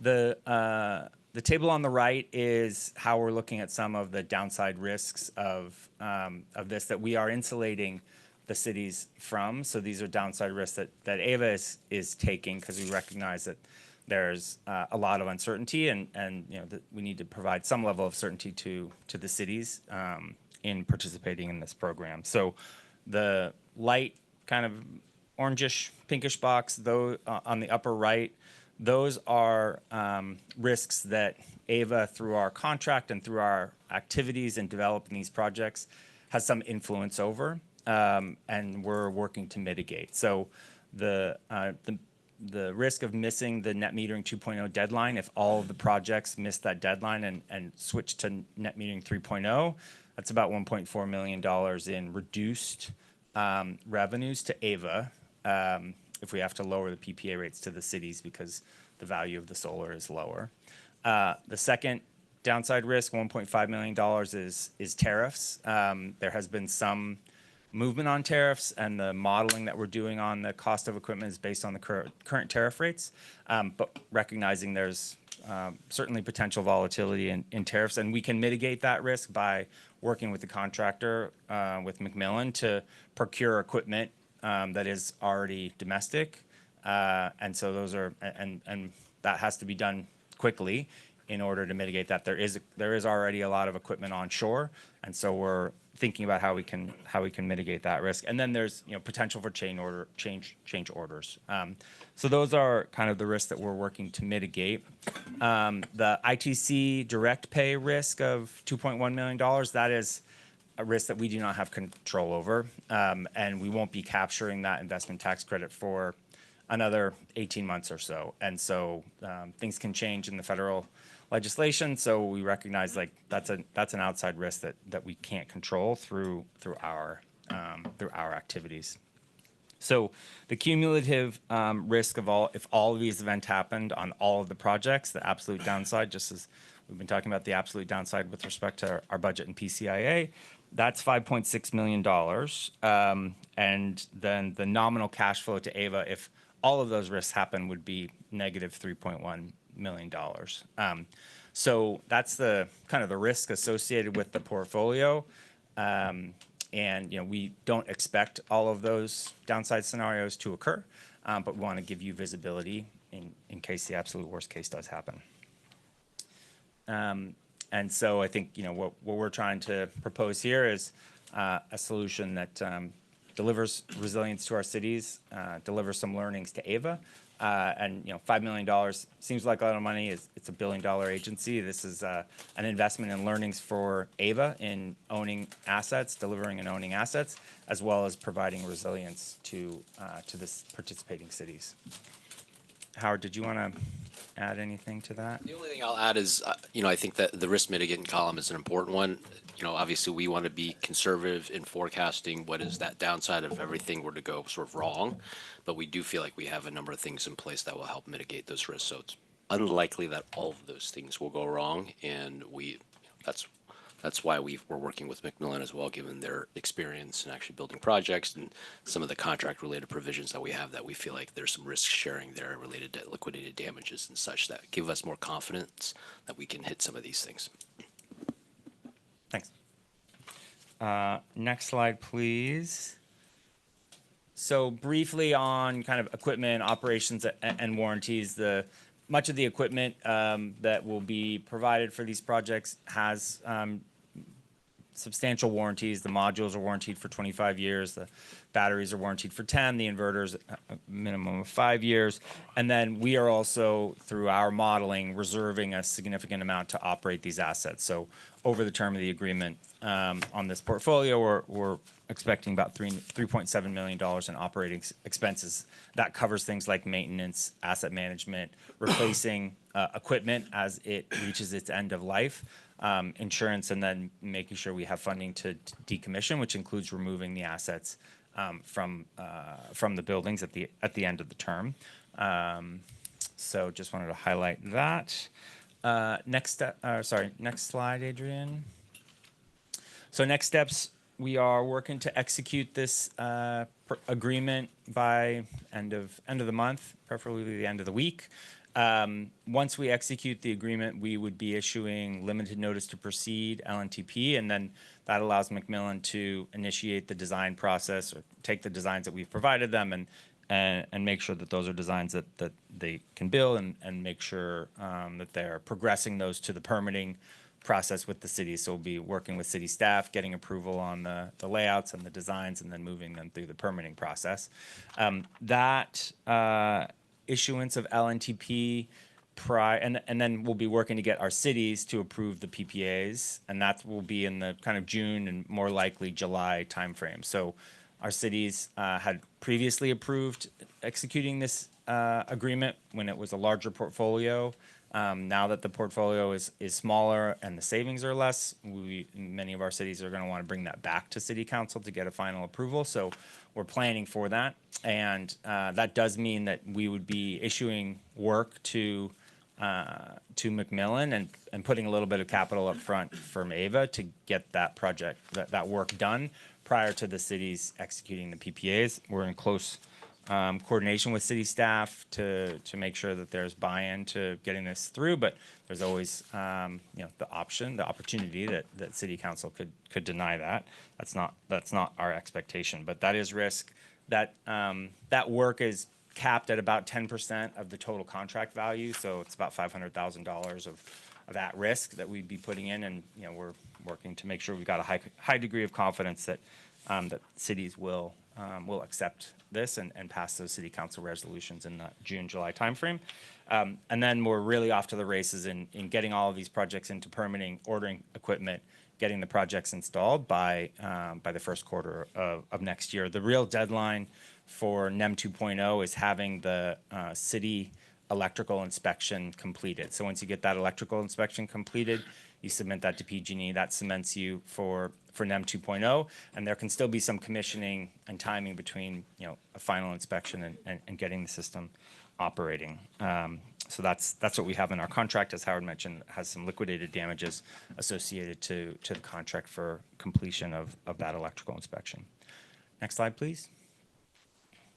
So we are recommending moving forward with building this 8-site portfolio.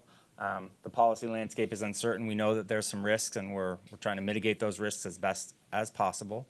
The total budget for this is in the $5 to $8 million range, and the local development budget has the funding in there and has funding that's been allocated for local development to do these types of projects.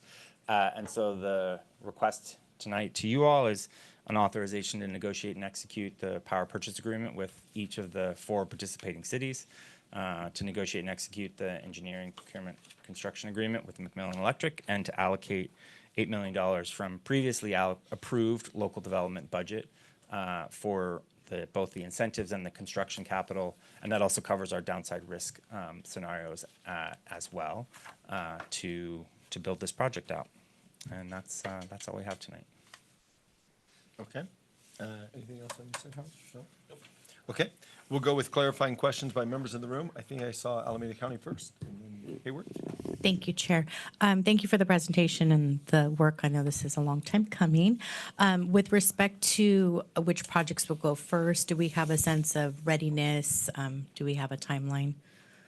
They're all going as quickly as we can. There's no phasing of the projects. Some of the projects are a little, they have different types. So some are roof mounted and some are carports. So those have kind of different procurement timelines and delivery timelines. But the initiation of the design work and getting the projects approved at a conceptual level and into permitting, that's all happening en masse. Okay. They're not being phased out over the time. And each city has 2 projects? Each city has 2 projects. Okay. And then what are the guardrails to ensure that we're honoring the labor agreements? How is that being monitored? So we're doing payroll monitoring of the labor on site. Okay, thank you. Microphone? You might want to come up here. That way the members online can hear you. We're a union contractor, so we actually have no choice regardless. So the guardrails are sort of a double check, if you will. Okay. Any other questions? Okay. Hayward? Yeah, thank you. So first of all, thank you for that report. And we're all excited in Hayward to see this project move forward. But I do have a couple of concerns, and one of them is there's just in the residential solar market been some spectacular failures, and I'm wondering what, if any, impact that might have on warranty, for example. So spectacular failures of installers or equipment suppliers? Can you clarify? Because there's Sure. been failures within the solar sector, so I Yeah, just want there's- to make sure I'm answering your question. There's been a bunch, but the one that really comes to mind for me is the installers were in large swaths of the country. They were offering warranties on the equipment, but then when the market kind of tanked and they weren't, I don't know, for whatever reason, they weren't paying their bills. And so the companies went away, but they were the ones that were issuing the warranties. And so the residents had equipment on the roof that wasn't working, were obligated to pay for because that was in the lease agreement. I know this is a little different, but the equipment wasn't working and nobody was taking responsibility for fixing, repairing, reinstalling, any of it. Yeah. And so I'm just wondering what risk exposure do we have? Yeah, so first is we're only using kind of tier 1 bankable equipment, so that comes with kind of vetting and financial evaluation of the equipment suppliers themselves. Okay. That's worth the paper it's on for the first number of years because the financials of companies can change in a fluctuating environment, but that's kind of the first step. The second is you have us on the other side of the agreement, which is if a system is not performing, then it's on AVA to fix that system, or we're not getting paid because then the system's not producing power. The cities are only paying for the energy that's produced by the solar system, and the battery also has kind of capacity testing on a monthly basis to make sure that it's performing as well. And so if it's not performing, then the cities aren't paying. And then you have this forum as well to come back and say we're not achieving, realizing either the benefits or AVA's not responding to the need to fix the system. Well, for sure, we don't want to see you in that position. This is a partnership. We want it all to work. But what's AVA's risk exposure if things don't go well in that regard? So we also are working on a warranty and kind of performance guarantee within the contract, the option to have a 10-year performance guarantee from Macmillan that they would be standing behind as well. So we have equipment, we have McMillan, and then we have AVA to backstop for the cities. Okay, and we're feeling pretty confident that the supply chain issues aren't really going to be a factor. I mean, I understand anything's possible, but just knowing what we know today, are we pretty solid that if we had to make some equipment change outs, that we'd be able to source that equipment, say, 2-3 years down the road? Yeah, the equipment that we're selecting, we have used as a company for years, so we're not taking any new manufacturers because we know the downside. The downside is they're gone in a year. Right. So all the panels that we're using, they've been around a long time. The inverters we're using, they've been around a long time. It's tried and true and tested. Okay. So that helps mitigate our risk from just equipment failure. The warranties on all the equipment come directly from the manufacturers, right? There's truth to that. If they were to fail, then the warranty's out the door. To Ava's benefit, McMillan's been in business since 1965. Solar is a small portfolio of our overall business. We're not going anywhere. We're in for the long game and always have been, so it's unlikely that, like a small residential contractor or builder that comes in, puts a bunch of stuff up and goes out, that's not us. So that helps mitigate risk. And then the performance guarantee is something that we're contractually obligated to have, or we're agreeing to maintain and make sure these systems perform for a certain duration. And we're doing the same thing for PC, for example. With the same kind of guarantees so that we have skin in the game. Same thing with, meeting them to requirements, as an example. We have skin in the game because if we don't meet those, we pay LDs through the nose. So, Okay. We're heavily involved with this. Well, we don't want you to be paying penalties. We No, want and we this don't to want work. it either, but I mean, it's, Yeah. it's the piece about our confidence in our performance and the performance of the equipment we're going to install. Great, excellent. Thank you. You've answered all my questions. I appreciate it. Can I just add one more thing, just to sort of emphasize, there's the risk exposure that the city has via the PPA that AVA is providing, and I think there's a good backstop there because you have AVA's creditworthiness to actually backstop that PPA and, take on some of those performance standards in addition to obviously what we outsource, so to speak, in terms of warranties and such. And then there's AVA's risk exposure of, okay, we have a counterparty that, is going to deliver on certain aspects. Equipment, manufacturers can go bankrupt. I myself have a behind the meter solar, and it is with a bankrupt solar provider, right? The technology, the backstop there is the technology still works, even if the counterparty or the OEM behind it actually is in a state of insolvency. So there's still, of course, some protections there just based off the quality of the equipment itself, even though warranties don't actually continue to persist. We are also reserving on our operational risk, and we have O&M costs, already incorporated in here. But there is downside, right? So we showed sort of that nominal cash flow downside scenario. I guess technically there is a little bit more risk beyond that. If all the equipment fails, our counterparties don't perform, we do have some additional risk exposure to ensure that we can continue to deliver on the PPAs that we have. So that is an important highlight, and there's no assurance of that. I think that the comfort level we have is that overall exposure is relatively small relative to our balance sheet, and we want to seriously consider owning assets. So as an agency, that's where I see some value in this relatively small portfolio to say, let's start building some infrastructure. Let's consider putting it on our balance sheet, and let's think about how we manage that over a 25-year life. Because beyond this, we may look at certainly bigger portfolios of behind-the-meter resources. We're looking at portfolios of DC fast chargers for EVs, and we're looking at large wholesale assets that can be $100+ million a project. So we are starting to develop that competency, and that will be a long process. This is the start of that process from my perspective. Great, thank you. Anything else, Hayward? That's it. Okay. Any additional questions by members in the room? Berkeley? Thank you. Just a quick one on the AVA risk profile. Under repeal of ITC, it says the mitigant is safe harbor through procurement. I was curious which safe harbor you were referencing. So there are still safe harbor provisions, even though those are being moved forward. I think it's now construction start as opposed to bringing equipment or procuring equipment.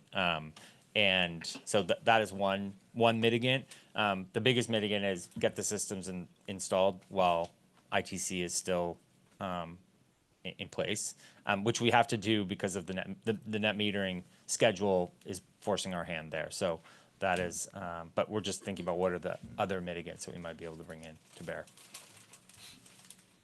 I do want to highlight one thing there that's worth highlighting, which is that is a mitigant to safe harbor. It's a mitigant to procure equipment earlier in when we sort of know what tariffs are, and those are always subject to change. So the earlier you procure, the more you can mitigate that risk.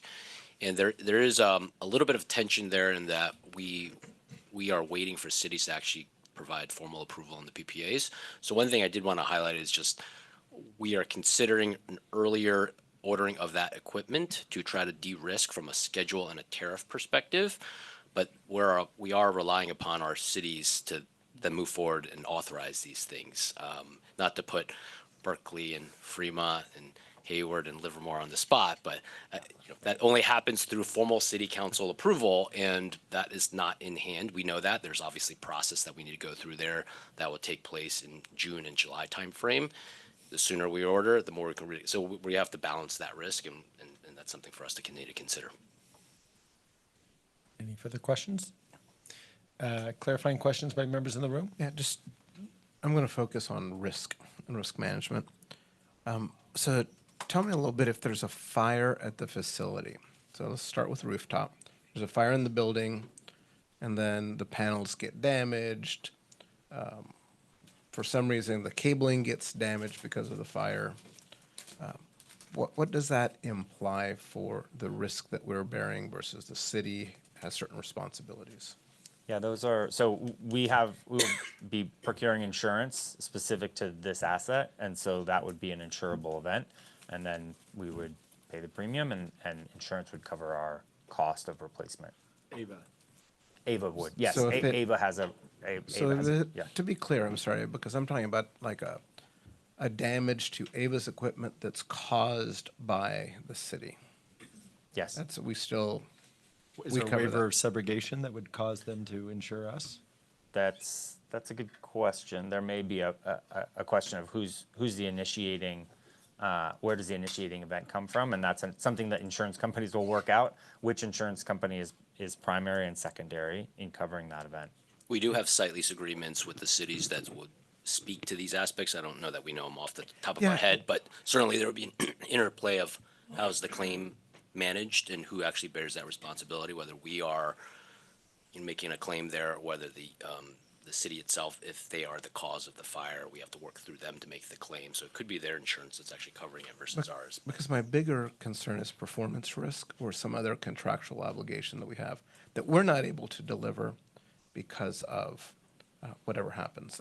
Another crazy idea that I had is, some backhoe is cutting and it ends up cutting a power line, right? Because we see these kinds of things happen, and it has nothing to do with us, but do we bear those consequences in the performance guarantees, in the delivery agreements, and then just how we manage that risk?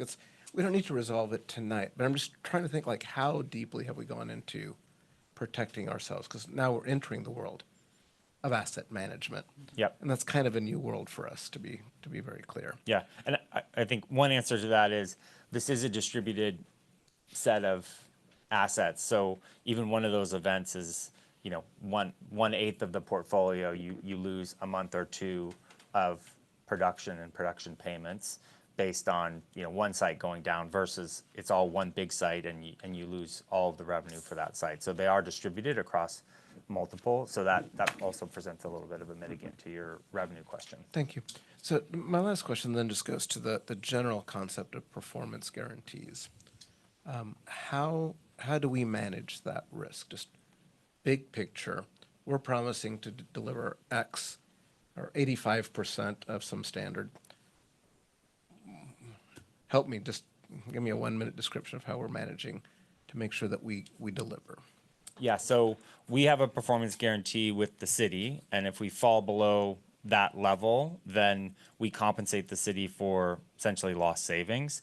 The performance guarantee that we are working on with Macmillan is actually kind of a little bit above that. So we have some headroom between those two, such that if that falls, we're covered to be able to compensate the city for any lost performance. And just to round that out, there really is very minimal savings, so the exposure is essentially inconsequential. Correct. Thank you. I'm going to jump in real fast, a little point of clarification or following on St. Leandro comment, which is, interestingly enough, I'm in the business of warehousing, and I have a lot of cell towers that rent from me. I'm the property owner. So one of the biggest challenges that comes about is relocating them because things change. Parking lots change, you need to move stuff. Are we able, given it's our asset, is that also something in the risk profile that we're thinking about, if it has to move or relocate or alter where it's at?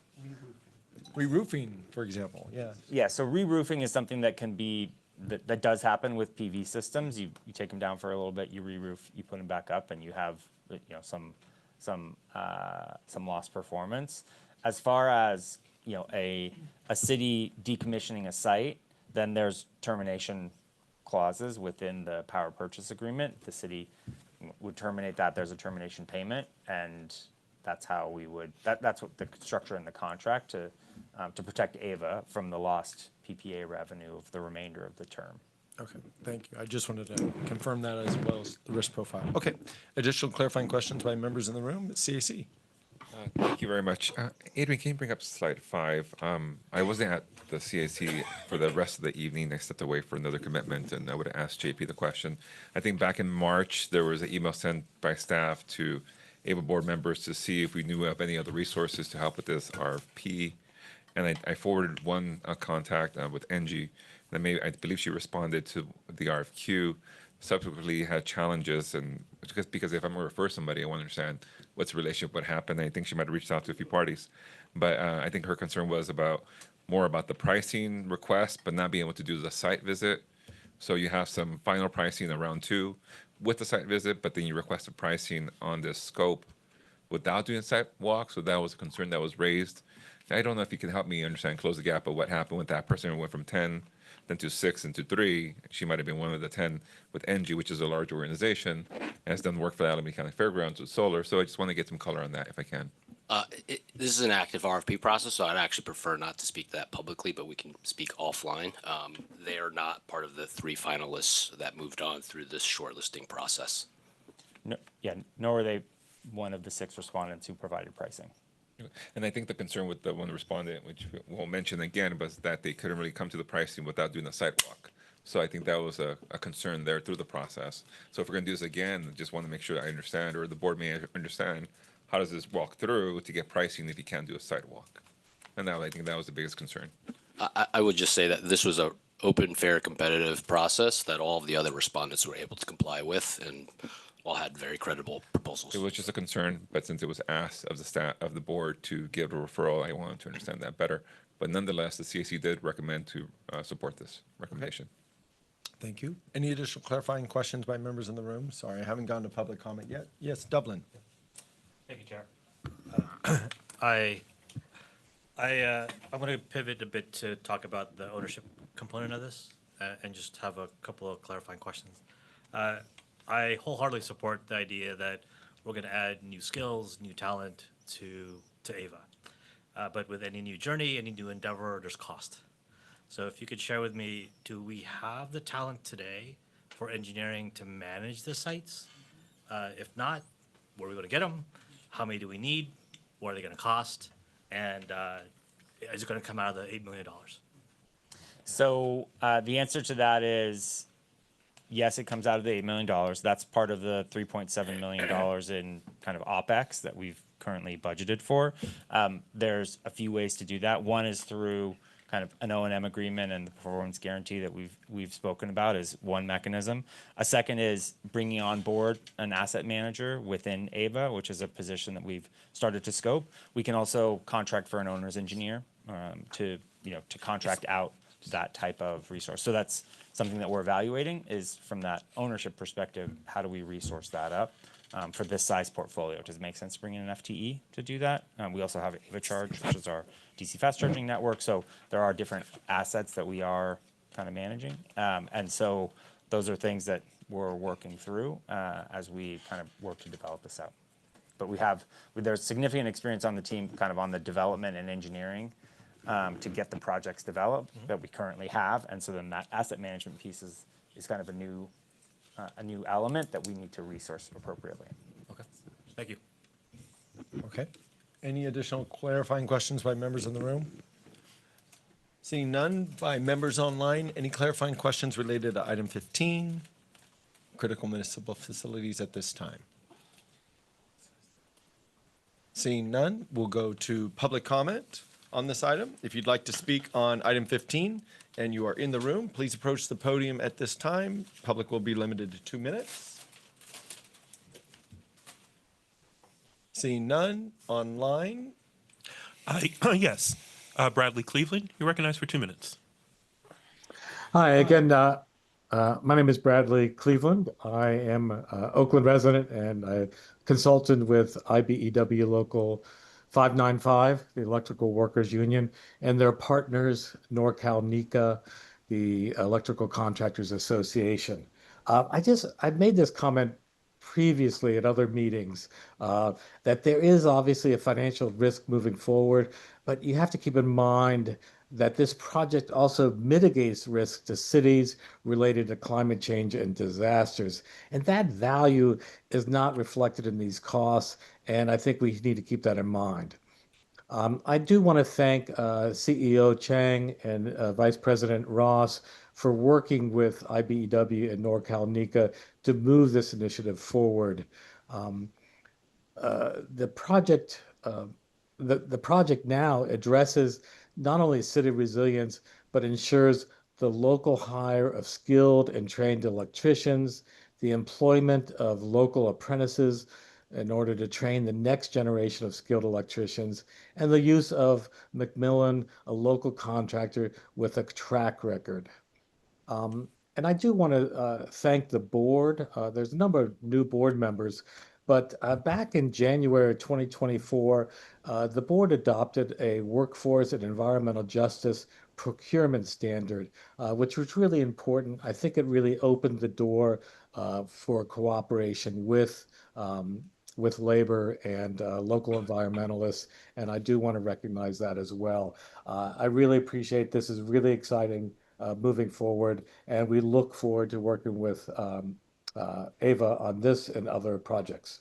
Thank you. Thank you. There are no further hands raised at this time. Okay, are there any public comments at any satellite locations? And did you have an email? I do not. Oh, okay. I misunderstood. Okay, with that, we'll close public comment. And we'll bring it back to the board members for deliberations or comments. In the room, member comments. Yes, Berkeley, sorry. No, you're fine. Thank you, Chair.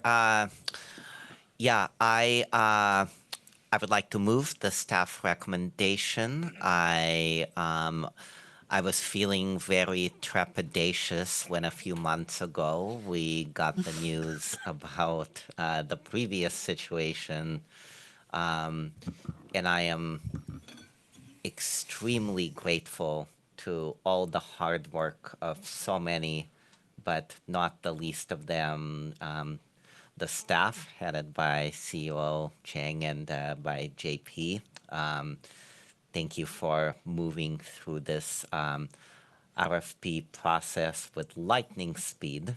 And I am so excited because when we had the conversation with my city manager, and like Berkeley, I think speaking for myself, it still has to go to my council. We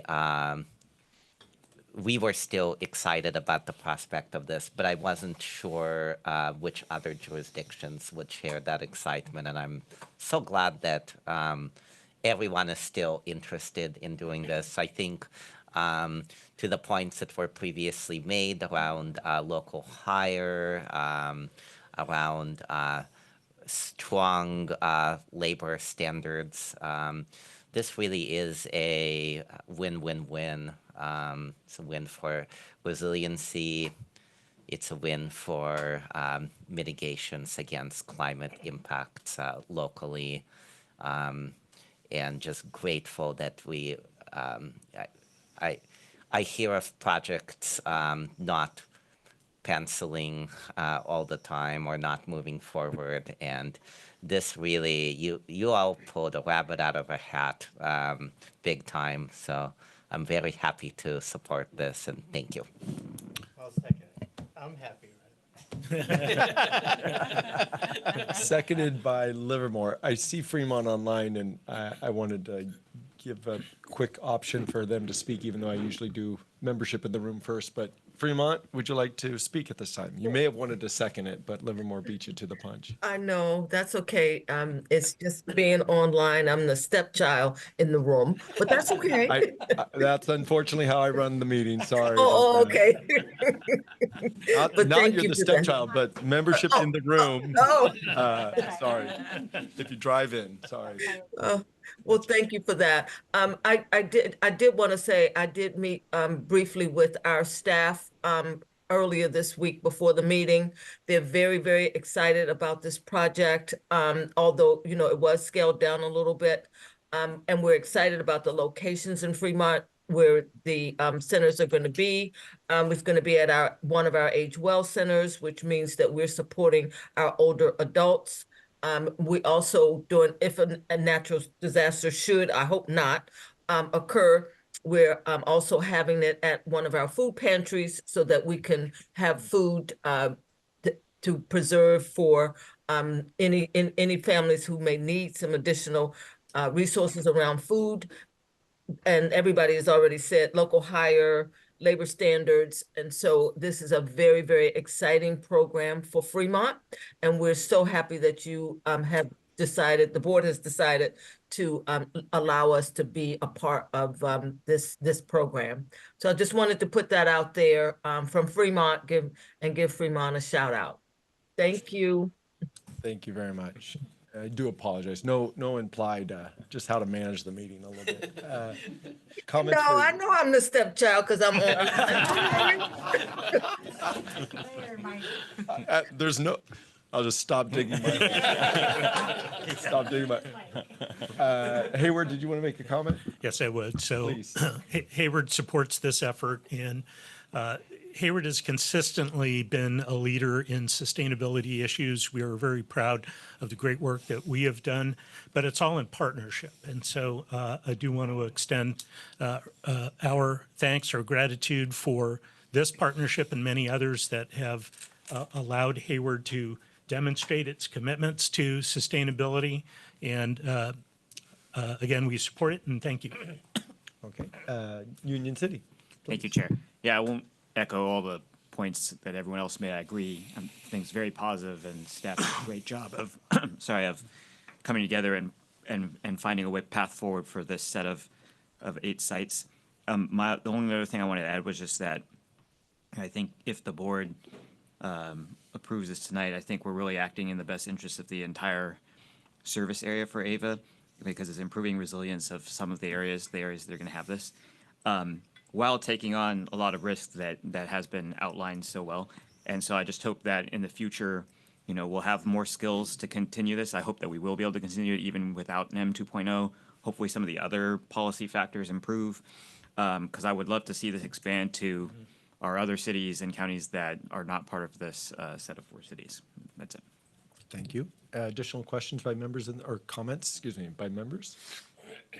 Any member online would like to make any comments? We have a motion and a second before we go. Okay, I'll just, I'll mention, and Howard and I have talked about this quite a lot over a number of meetings, but as I sit here and I look at this makes no financial sense. Just so I say that. The reality of risking $5 million to possibly get at a 6% cap rate back to 0 does not make sense. And so Howard knows that I've been trying to reconcile that as the value proposition has changed. However, hearing that the resiliency at a food pantry in Fremont or at some of these other locations is part of our goals of AVA. When this had the larger number of projects for Pleasanton, even though Pleasanton wasn't on it, I encouraged us leaning in because of the benefits that might be there. So, you know, the climate impacts, the knowledge we're going to gain about owning assets. So how do we gain the knowledge, and how do we make sure we memorialize that or institutionalize that as we go forward? Because I think, as Union City mentioned, you know, if we can figure out how to crack this further. So in the risk profile, I am going to be able to support the motion because the risk profile for the amount of dollars to gain the resiliency, got me over to the support side of it. But financially, If anyone would like to give me $5 million on the premise I'd pay it back, I'd sure like to offer that option. With that, we have a motion made and seconded. Roll call vote, please. Thank you. Alameda County. Aye. Albany. Berkeley. Aye. Dublin. Aye. Emeryville. Aye. Fremont. Aye. Hayward. Aye. Lathrop. Livermore. Aye. Newark. Yes.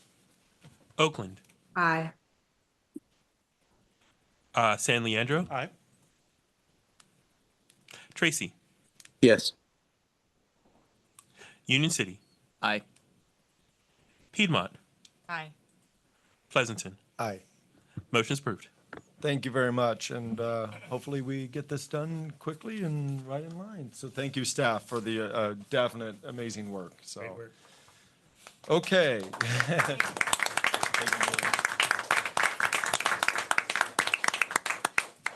I think Howard was sweating to the end here, by the way. So I say that. The sweating's just beginning now. We got to sign a contract to get things built, but it's been a long time coming. Excellent point. Okay, with that, we're going to just try to power through with our last item, which is item 16, the 2025 state legislative bills. This is an action item. I think Sam's going to do a bit of it, and we're going to do two different. Yes. Okay, why don't you explain that as well? And with that, a staff presentation. Thank you. Welcome. Great. Thank you all for your time. My name is Sam Sadel. I'm the Principal Legislative Manager for AVA. In my job, I manage our engagement in Sacramento and in Washington. I'd like to also just note that we've got my two colleagues, one on the line, I'm sorry, Todd, who leads our public policy team more broadly, is online. Here, we also have Dan, who works with Omni Government Relations in Sacramento. He's our eyes and ears on the ground every day.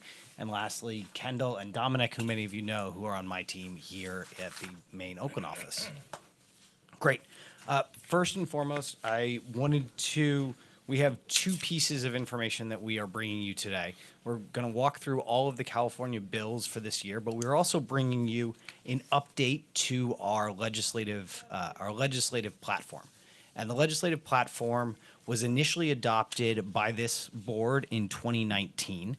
It has been updated since then at various points. You last saw this in April of last year. It was not voted upon, however. It was just given to you as an update.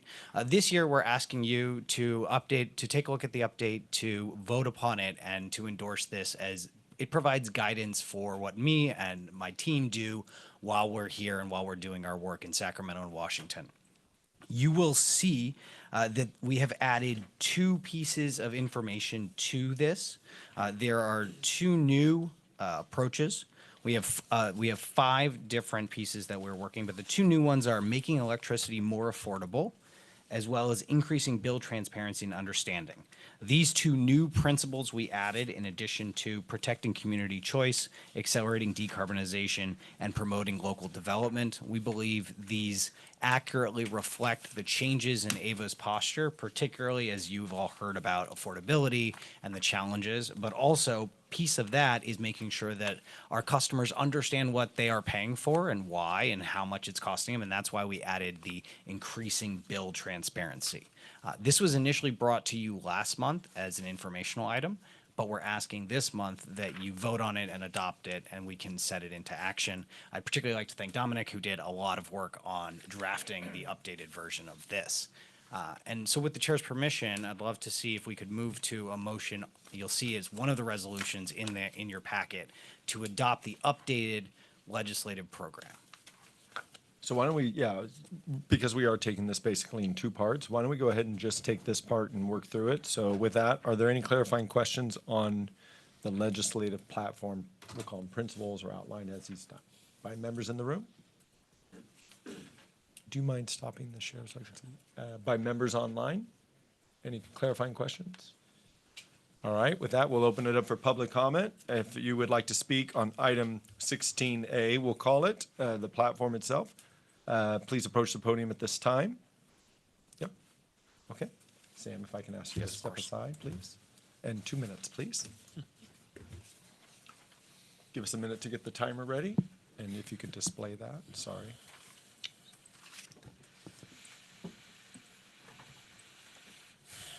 Okay. Welcome. Thank you. Good evening, board members and community. My name is Colin Cook Miller. I'm a resident of Oakland and an AVA customer, and I'm here representing Reclaim Our Power Utility Justice Campaign, which is a statewide coalition based in Oakland that represents over 100 organizational members.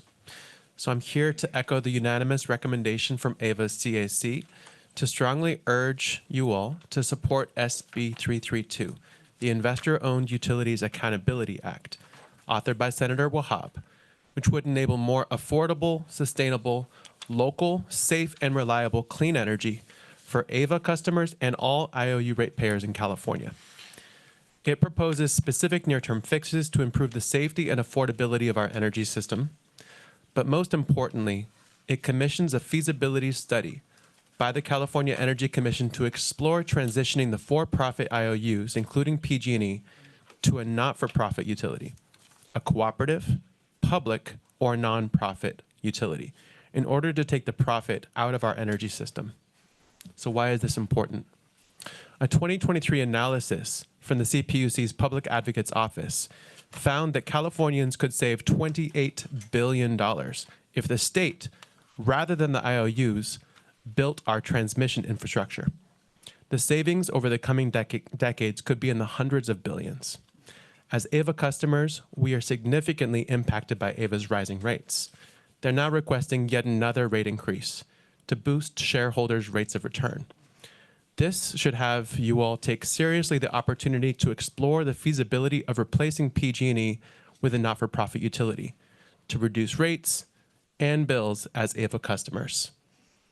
Sky-high rates are not inevitable.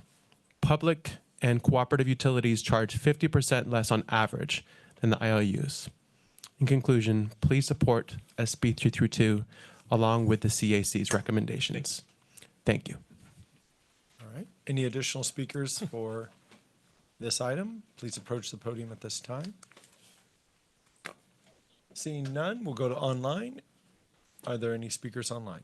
There are no hands raised at this time. And at any satellite locations?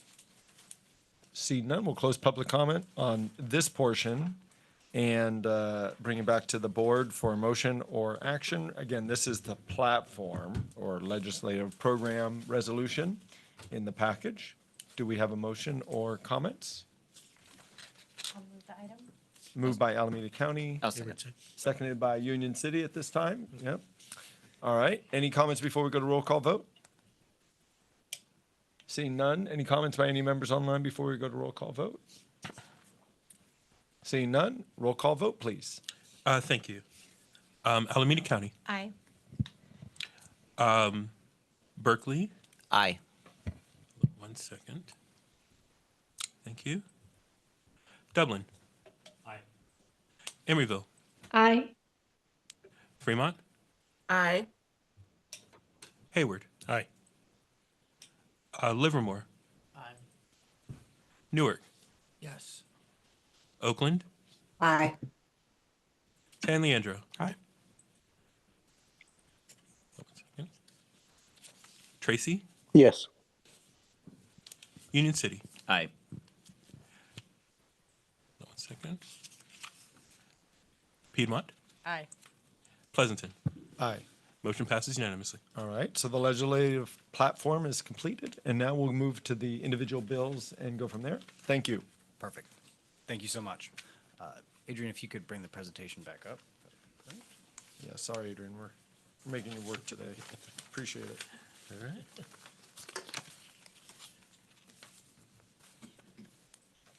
Just 1 second.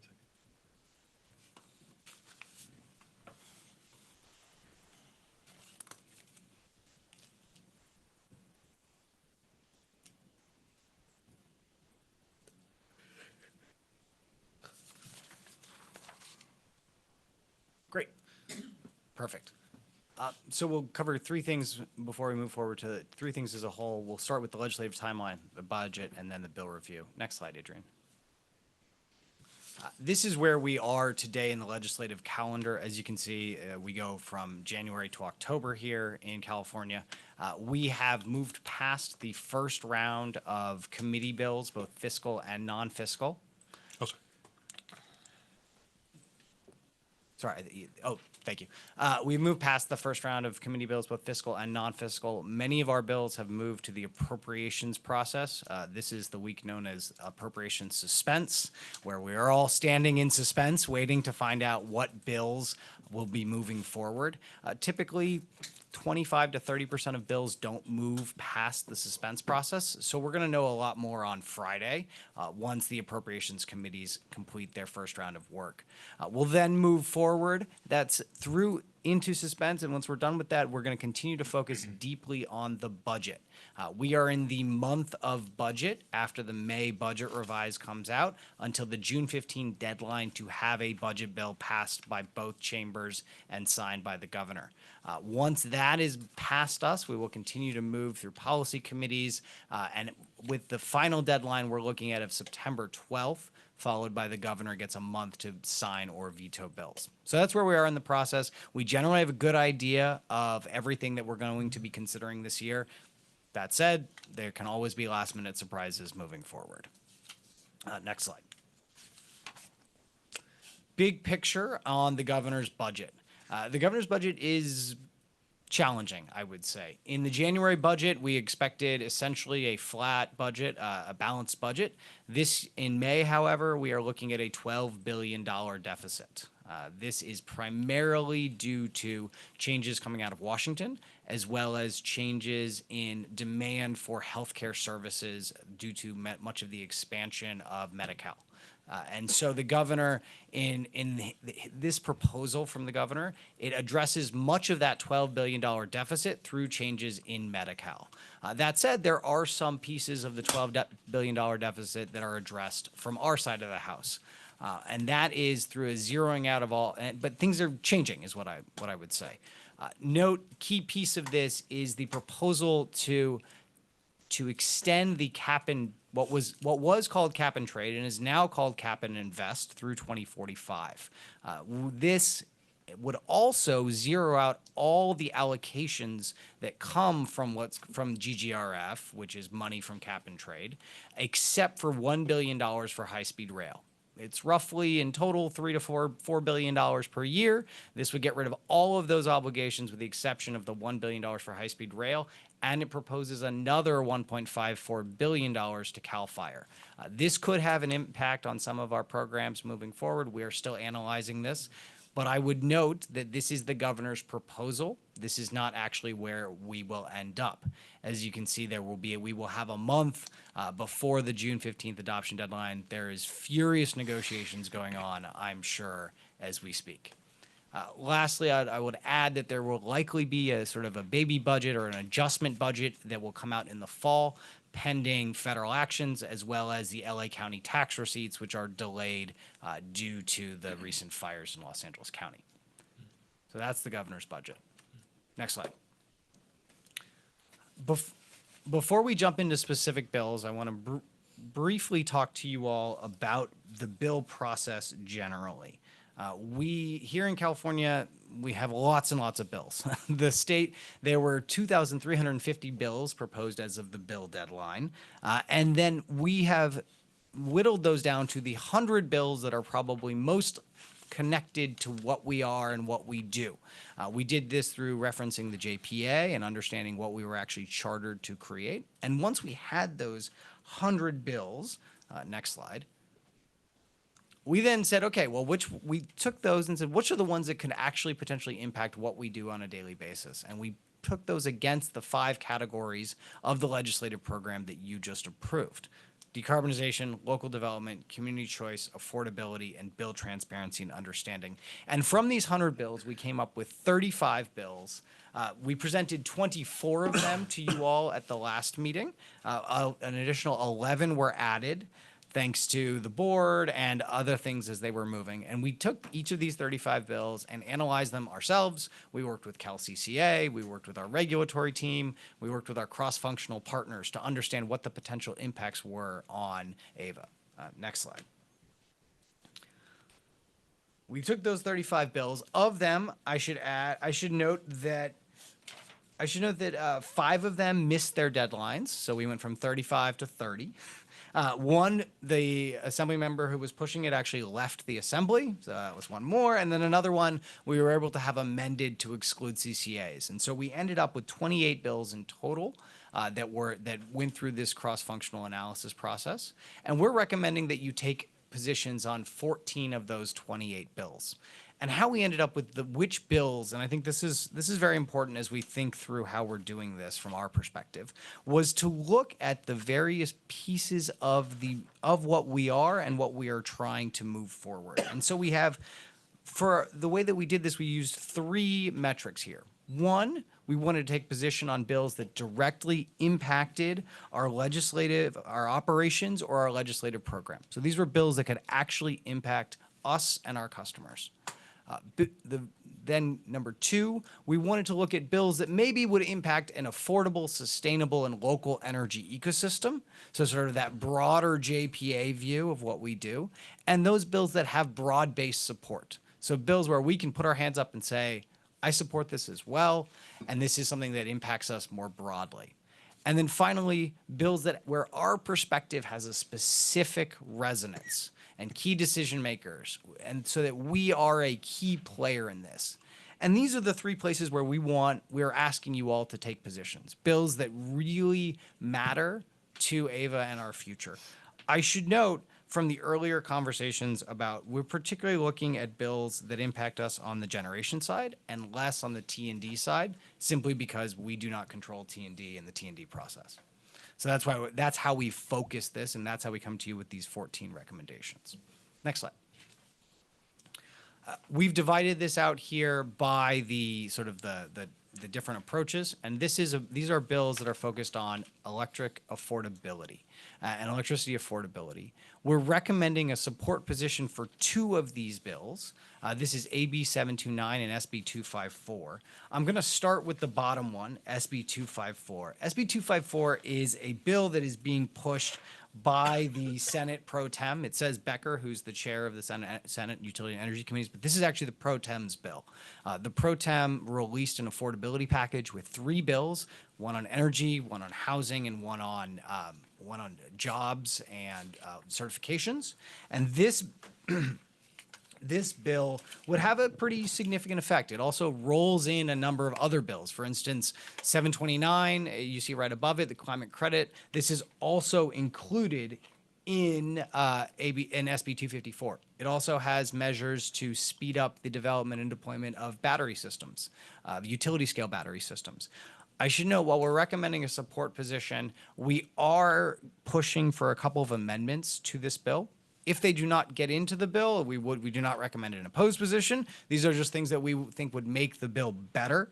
And this includes including CCAs explicitly in the quote-unquote power program to reimburse for the cost of some of the state compliance costs. So that is an amendment that we are actively pushing. 729 above, which we're also supporting, which we also recommend you support, would reallocate the climate credit and move it from April to the highest months of utilization, which for us as an electricity provider is August and September. This, we think, would actually go a ways to hopefully lessening arrearages in our highest bill months. So this would be good for our customers specifically. Great. I'm going to move on. Next slide. These bills here you see are part of our accelerating decarbonization initiative push as AVA. We've got bills here that are supportive amended as well as support bills in particular. I'd like to call your attention to SB 283. This was a bill that was proposed in the wake of the large utility scale battery plant fire, which I'm sure you all witnessed. This bill would increase levels of increase levels of fire safety. It would certify fire. It would also undergo inspections before operations. We're in support if amended. We're recommending a support if amended posture here. The 2 amendments we're asking for are, one would be to ensure that it only applies to utility scale batteries. There are some questions in the language, so we'd want to make sure that that is there, as well as modifying the effective date to ensure that this only applies to battery storage plants that are are future and not ones that are already under construction, which may not be able to meet the new requirements, but they've already been approved and are already being built. On that, I will note that this is slightly different than what you saw last time. There were 3 battery bills earlier. 2 of them did not make it through to this point in the legislative process. I'll move on to local permitting. I think the 2 that we're recommending are AB 39 and SB 282. SB 282, it's the bottom one there, is a heat pump streamlining permitting bill. We're particularly excited about that one because we think that in the future, if we are able to move into heat pumps as one of our programs, this would make that easier. I will note AB 39. This would require all cities over 75,000 to adopt more detailed electrification, decarbonization, community energy plans. Every eligible city in our service territory already has a plan like this, with the exception of Stockton and San Joaquin County. Although I've spoken with the staff at Stockton, and they are actually in the process of drafting one now that would be applicable both to Stockton and San Joaquin County. And so that is already moving forward. It may require some updates to your general plans over the next few years, not just because we're not sure exactly how this is going to be brought forward, so something to be aware of as you keep an eye on AB 39. Last two bills, I'll move very quick on this, AB 915 and SB 698. 915 establishes a clean energy reliability investment plan. This originally had $900 million allocation attached to it, appropriation. It no longer has that $900 million. Disappointing to see, but the program is still good, and it will create a central pool of project siting experts within CEC, which we think will be valuable for moving up the process faster. 689, this just codifies something that already exists by the CEC. It just gives them legislative approval rather than just regulatory side of it. Great. Next slide. We are pushing a few, we are recommending support of a couple of bills on the local development side. This is on vehicle charging and data centers, particularly SB 314, which would make it faster and easier for us to expand the AVA charge program across the service territory. And AB 222, we're recommending a support if amended. AB 222 comes from a member of our delegation, Assemblymember Bauer Kahan, and this would change the way that data centers are required to share information prior to operation, particularly for AI models. That's really what this is targeting. The amendments that we're asking to be adopted here would change the disclosure date from the date of operation of the facility to the date of construction of the facility. That would give our team more time to adjust to what expected loads that we'll see in the future. So that is why that's in the support if amended posture as well.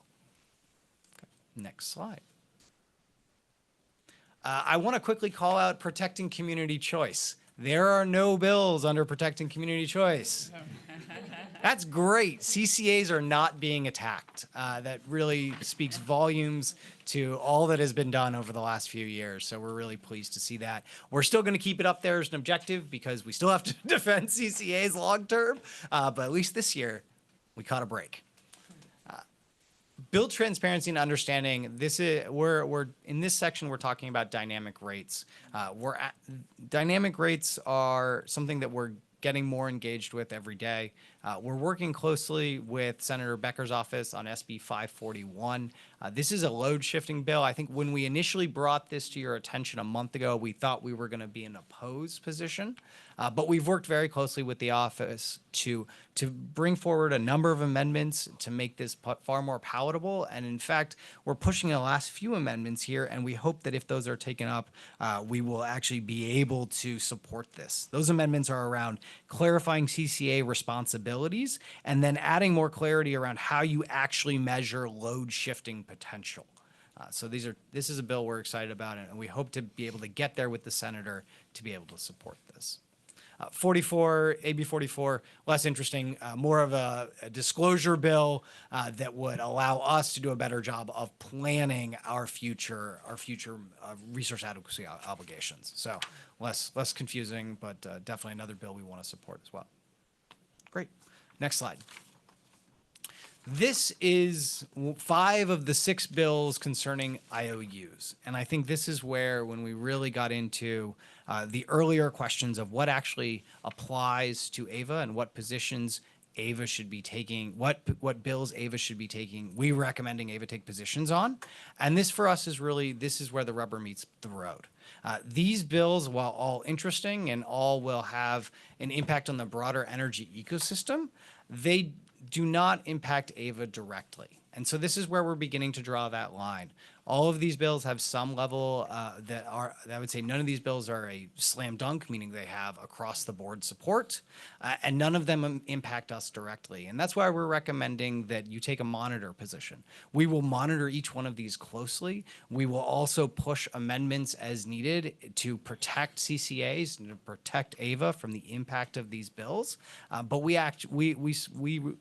are bringing a recommendation of a monitor for all 5 of these. And Adrian, if you go to the next slide, one on the next slide as well. You can see SB 500 there. We also have 2 board operations bills. These are both Brown Act bills that would make it easier for us to continue to do all this great work. So we'll ask that you support those because they will directly impact the ability of the board and the board subcommittees to do the work. Great. Next slide. These are other bills that don't necessarily fit into a category. We're recommending that you support SB 453. SB 453 would extend the SGIP program, which is scheduled to end at the end of this year, for another 2 years. This would be very important as we roll out our VPP program. We think that by extending SGIP, we'll be able to bring more people into the VPP program and make it a more effective program writ large. The last one I want to call your attention to is SB 842. This is a bill that we had initially thought would be in opposition, given it had a procurement mandate for firm zero carbon. And firm zero carbon is notoriously difficult and expensive to procure if it exists at all. This, on the other hand, now, rather than requiring a mandate, instead it asks all of us to move this into our IRP program process. And we think that this bill is now a much more palatable bill and more workable by our team as they look at their future IRP planning. Okay, I'll stop talking now, but those are quickly the 14 bills that we're asking you support in this legislative year. Okay, thank you very much. So we might have public comment on this, so we'll go and stay, if possible, with clarifying questions by members at this time. I'll start with the online members. Any clarifying questions at this time? Yes, Oakland, Yep. please. Yep. Thank you so much for the presentation. I just had a really quick question, if whether or not any of these bills have like turned into 2-year bills. As of this point, none of the bills that we have, we're suggesting that you support or on our monitor list are yet 2-year bills. We'll learn a lot more over the next few weeks. Okay, sounds good. Thank you. I should add, we do expect to come back to you all with an update, likely in August or September, August-ish timeframe as to where everything stands. And then we'll, of course, come back with another update in November once the year has come to a conclusion. Okay. Any additional clarifying questions by members online at this time? Seeing none by members in the room, clarifying questions at this time? Yes, Dublin, please. Thank you, Chair. It's a bit late, but I want to ask an administrative question. And I know it's going to sound rude because it's late, but it's not meant to be rude. So for Chair, why are we voting on this? Why can't we just make it a working session? Because there's still large amounts of uncertainty. Where I think Sam used the word appropriation suspense, right? So what exactly are we voting on, and can't you get enough direction if we just made this a working session? Well, so Ava needs to take an official position on it. And so overall, I guess I'll say from my experience, and maybe member Marquez served longer, but Ava's always voted on this annually. The board's taken a position annually so that staff can progress further. Pleasanton actually follows a similar one, by the way. I will mention, we had it last night. Okay, even this far and this early, because Sam just mentioned he's going to give an update in like, what, 3 months, Sam? Probably. There's I think it's more of a conversation if Sam wants to weigh in, but from my understanding, if you're able to weigh in earlier, you're able to help make the bill a little bit better, adjust it, have a conversation about it on a support or amend or a support with recommendations of amendments. So I think it's always a great question. I think it's a bit of judgment on how to have influence and ability to craft legislation. So Yeah, this is a consistent process that we have had in understanding, yes, there's still a lot that gets worked out over the next several months. And the likely result is these bills will look a little different at the end of this. We want to make sure that we have very formal guidance from our board, and we are sharing with our board our positions so that we can go work very constructively to adjust these things, monitor these things, and take those necessary actions. Okay. And it requires a vote? For staff to act on our behalf, they would like the coverage that they're representing their elected officials. So I would think that staff would not want to say AVA as an agency supports a bill without their Board direction. formal direction by their board that gives them that authority. So, Chair Member Marquez. Just to give some context to the conversation, thank you for your question. I can't even remember how many years I've served on this board. I used to be an alternate. But I will say personally, this is the most streamlined and efficient process I've seen. I really appreciate Sam reaching out. I only met with him for 20 minutes, but that was available to everyone. So I just think we're trying to fine tune. I think if we didn't have those other heavy items, we would have been taking this up like an hour or two ago. But it's just the makeup of the agenda tonight. And, to be honest, we could also say if they change significantly, we want it to come back immediately, right? So, and staff, I think, knows that, so. That's it. Fair. Perfectly great question. So, yeah. Any additional questions by members in the room? We didn't want to stop the conversation. I'm gonna. That was a killer question.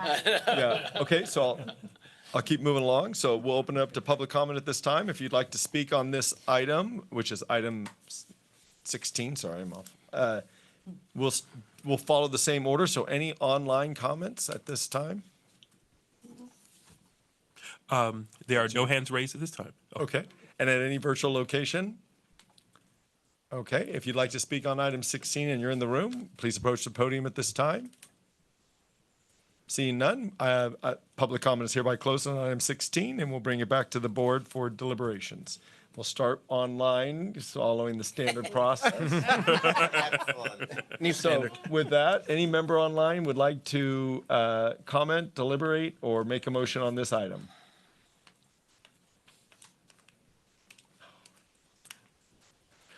Okay. In the room? Berkeley.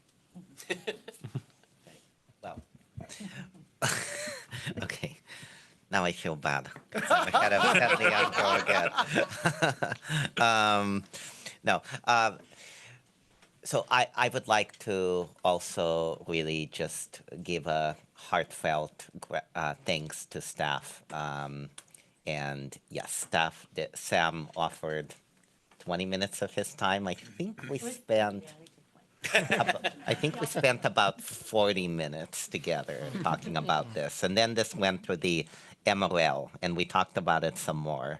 I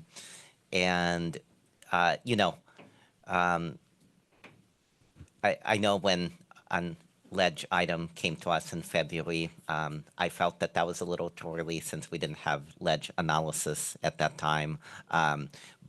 From, on the bill itself, through the capital tracking system. But this is, in my opinion, actually the best time to be engaged and to take public positions. And I appreciate the way that staff whittled this down, given so many bills out there with possible implications, positive or negative. I will also say, and this is in response to some of the comments we heard today from the public, I have some personal positions on some of these bills that ended up on the watch list, and I want to commend staff for the four bills that we added to the list, and you analyze them to see what the potential impacts might be on AVA as an agency and on AVA customers. So while my personal position may be different than a public watch position for AVA, I feel very comfortable supporting this list. So I was going to make a motion and, Could I hold you on that? I'm oh, yeah, I do want to hear from. Yes, actually, I apologize because I tried to get the CAC first. So we'll just come back, Berkeley, in a second. Can I ask the CAC to wait, let us know what came from their meeting, please? Thank you very much. The CAC did support staff recommendation on these 14 bills. They do have 6 bills to move from monitor to support. Ideally, AVA could work to amend those bills from monitor if desired by this board to support them. And 1 bill to oppose. I know Sam probably has the list of those. I can read in detail, or do you want to cover them in some discussion? But it was AB 1167 that prohibits IOUs from using tax ratepayer funds for activities like political influence or other promotional activities. So again, AB 1167.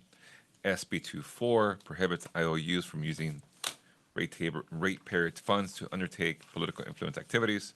So bills concerning IOUs.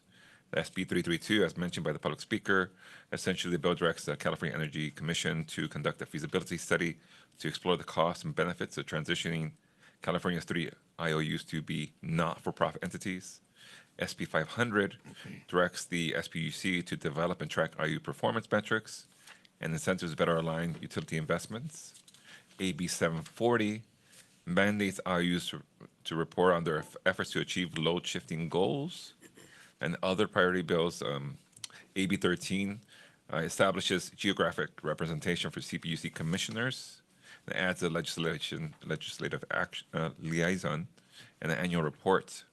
Those are the 7, I believe, for monitor support that CAC wants to see. And there's one that's a monitor to oppose. It's AB 942 that removes legacy net energy metering, NEM 1 and NEM 2.0, tariffs upon the sale of property. So if somebody sells a property, after a certain period of time, they lose the benefit of NEM 1 and 2, and they get back to the current status of maybe NEM 3, losing valuable incentives in their platform. So again, AB 942 to oppose for monitor. So again, staff, CAC recommends the 14 bills and these 6 bills to move from monitor to support. One more time, AB 1167, SB 24, SB 332, SB 500, AB 740, and AB 13, with moving from monitor or oppose, AB 942. I don't know, Sam, do you want to speak to them more, or it's up to the chair's prerogative? I'll just say you can see they're all listed under the IOU portion of your deck, just so you can see there. Thank you.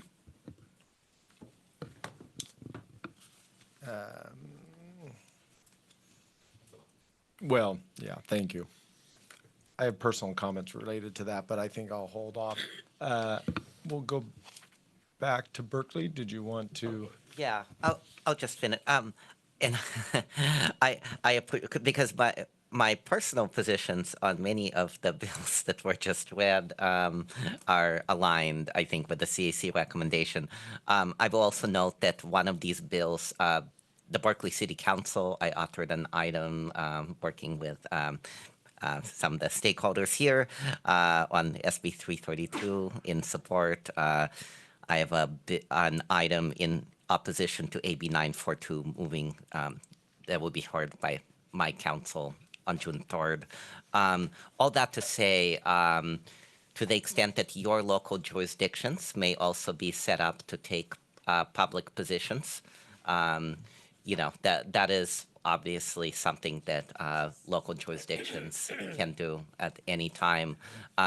For this list, and I'm open to suggestions to add if they're if that is the interest of fellow board members. But just to move this along, can I make both? There's like a recommendation 2 and 3. Can I make a motion with those together? Yeah, I would say you could do the whole thing at this point, right? So I will just move the balance of the staff recommendations with the bills that are noted in bullets 2 and 3 on page 1 of staff report, item 16. I'll second it. Okay, motion made. I'm trying to apologize. I'm trying to.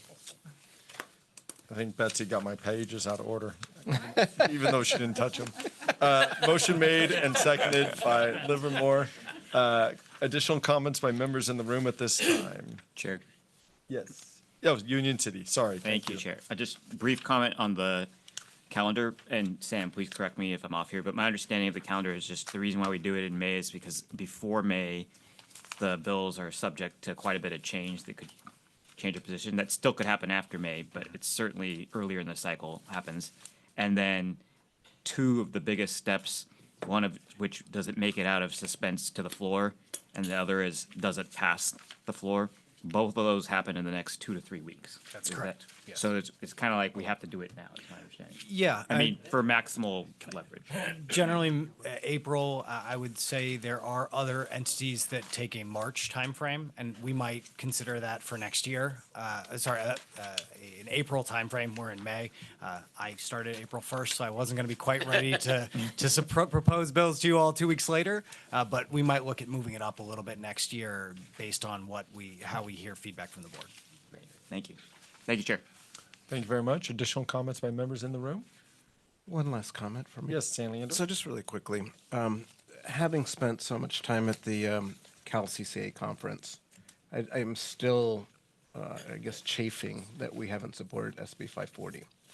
When there are 25 CCAs in the state of California supporting SB 540, when the Brattle Group was very clear in their comments at the conference that this is something that needs to happen. When we spoke, had the opportunity to speak around at various events, at various gatherings, uniformly, everyone is supporting this. So I think just to my fellow board members, I want to put it back out there. I know we voted it down before, but having come out of that conference with such uniformity of support, I'm really struggling with the fact that we are really the outlier to what the Cal CCA community is doing. So I just want to note that. I'm going to support what we've done here, but I don't like being an outlier for something where there is such significant support, especially given the dangers that are posed by not supporting that change. Okay. Livermore, yes, please.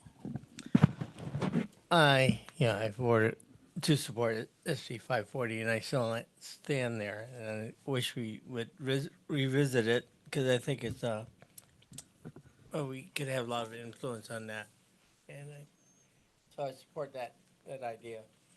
Okay. So right now we have a motion made and seconded. Just to make sure we're all in the clear, the motion is for the 2 bullet points in the staff report because bullet point 1 was already resolved. Confirming that for the record. There we go. Thank you. So that would be the platform basically that Sam went through. And any further comments by any members at this time before we go to roll call vote? Seeing none and seeing none. Okay, roll call vote, please. Thank you. Alameda County. Aye. Second.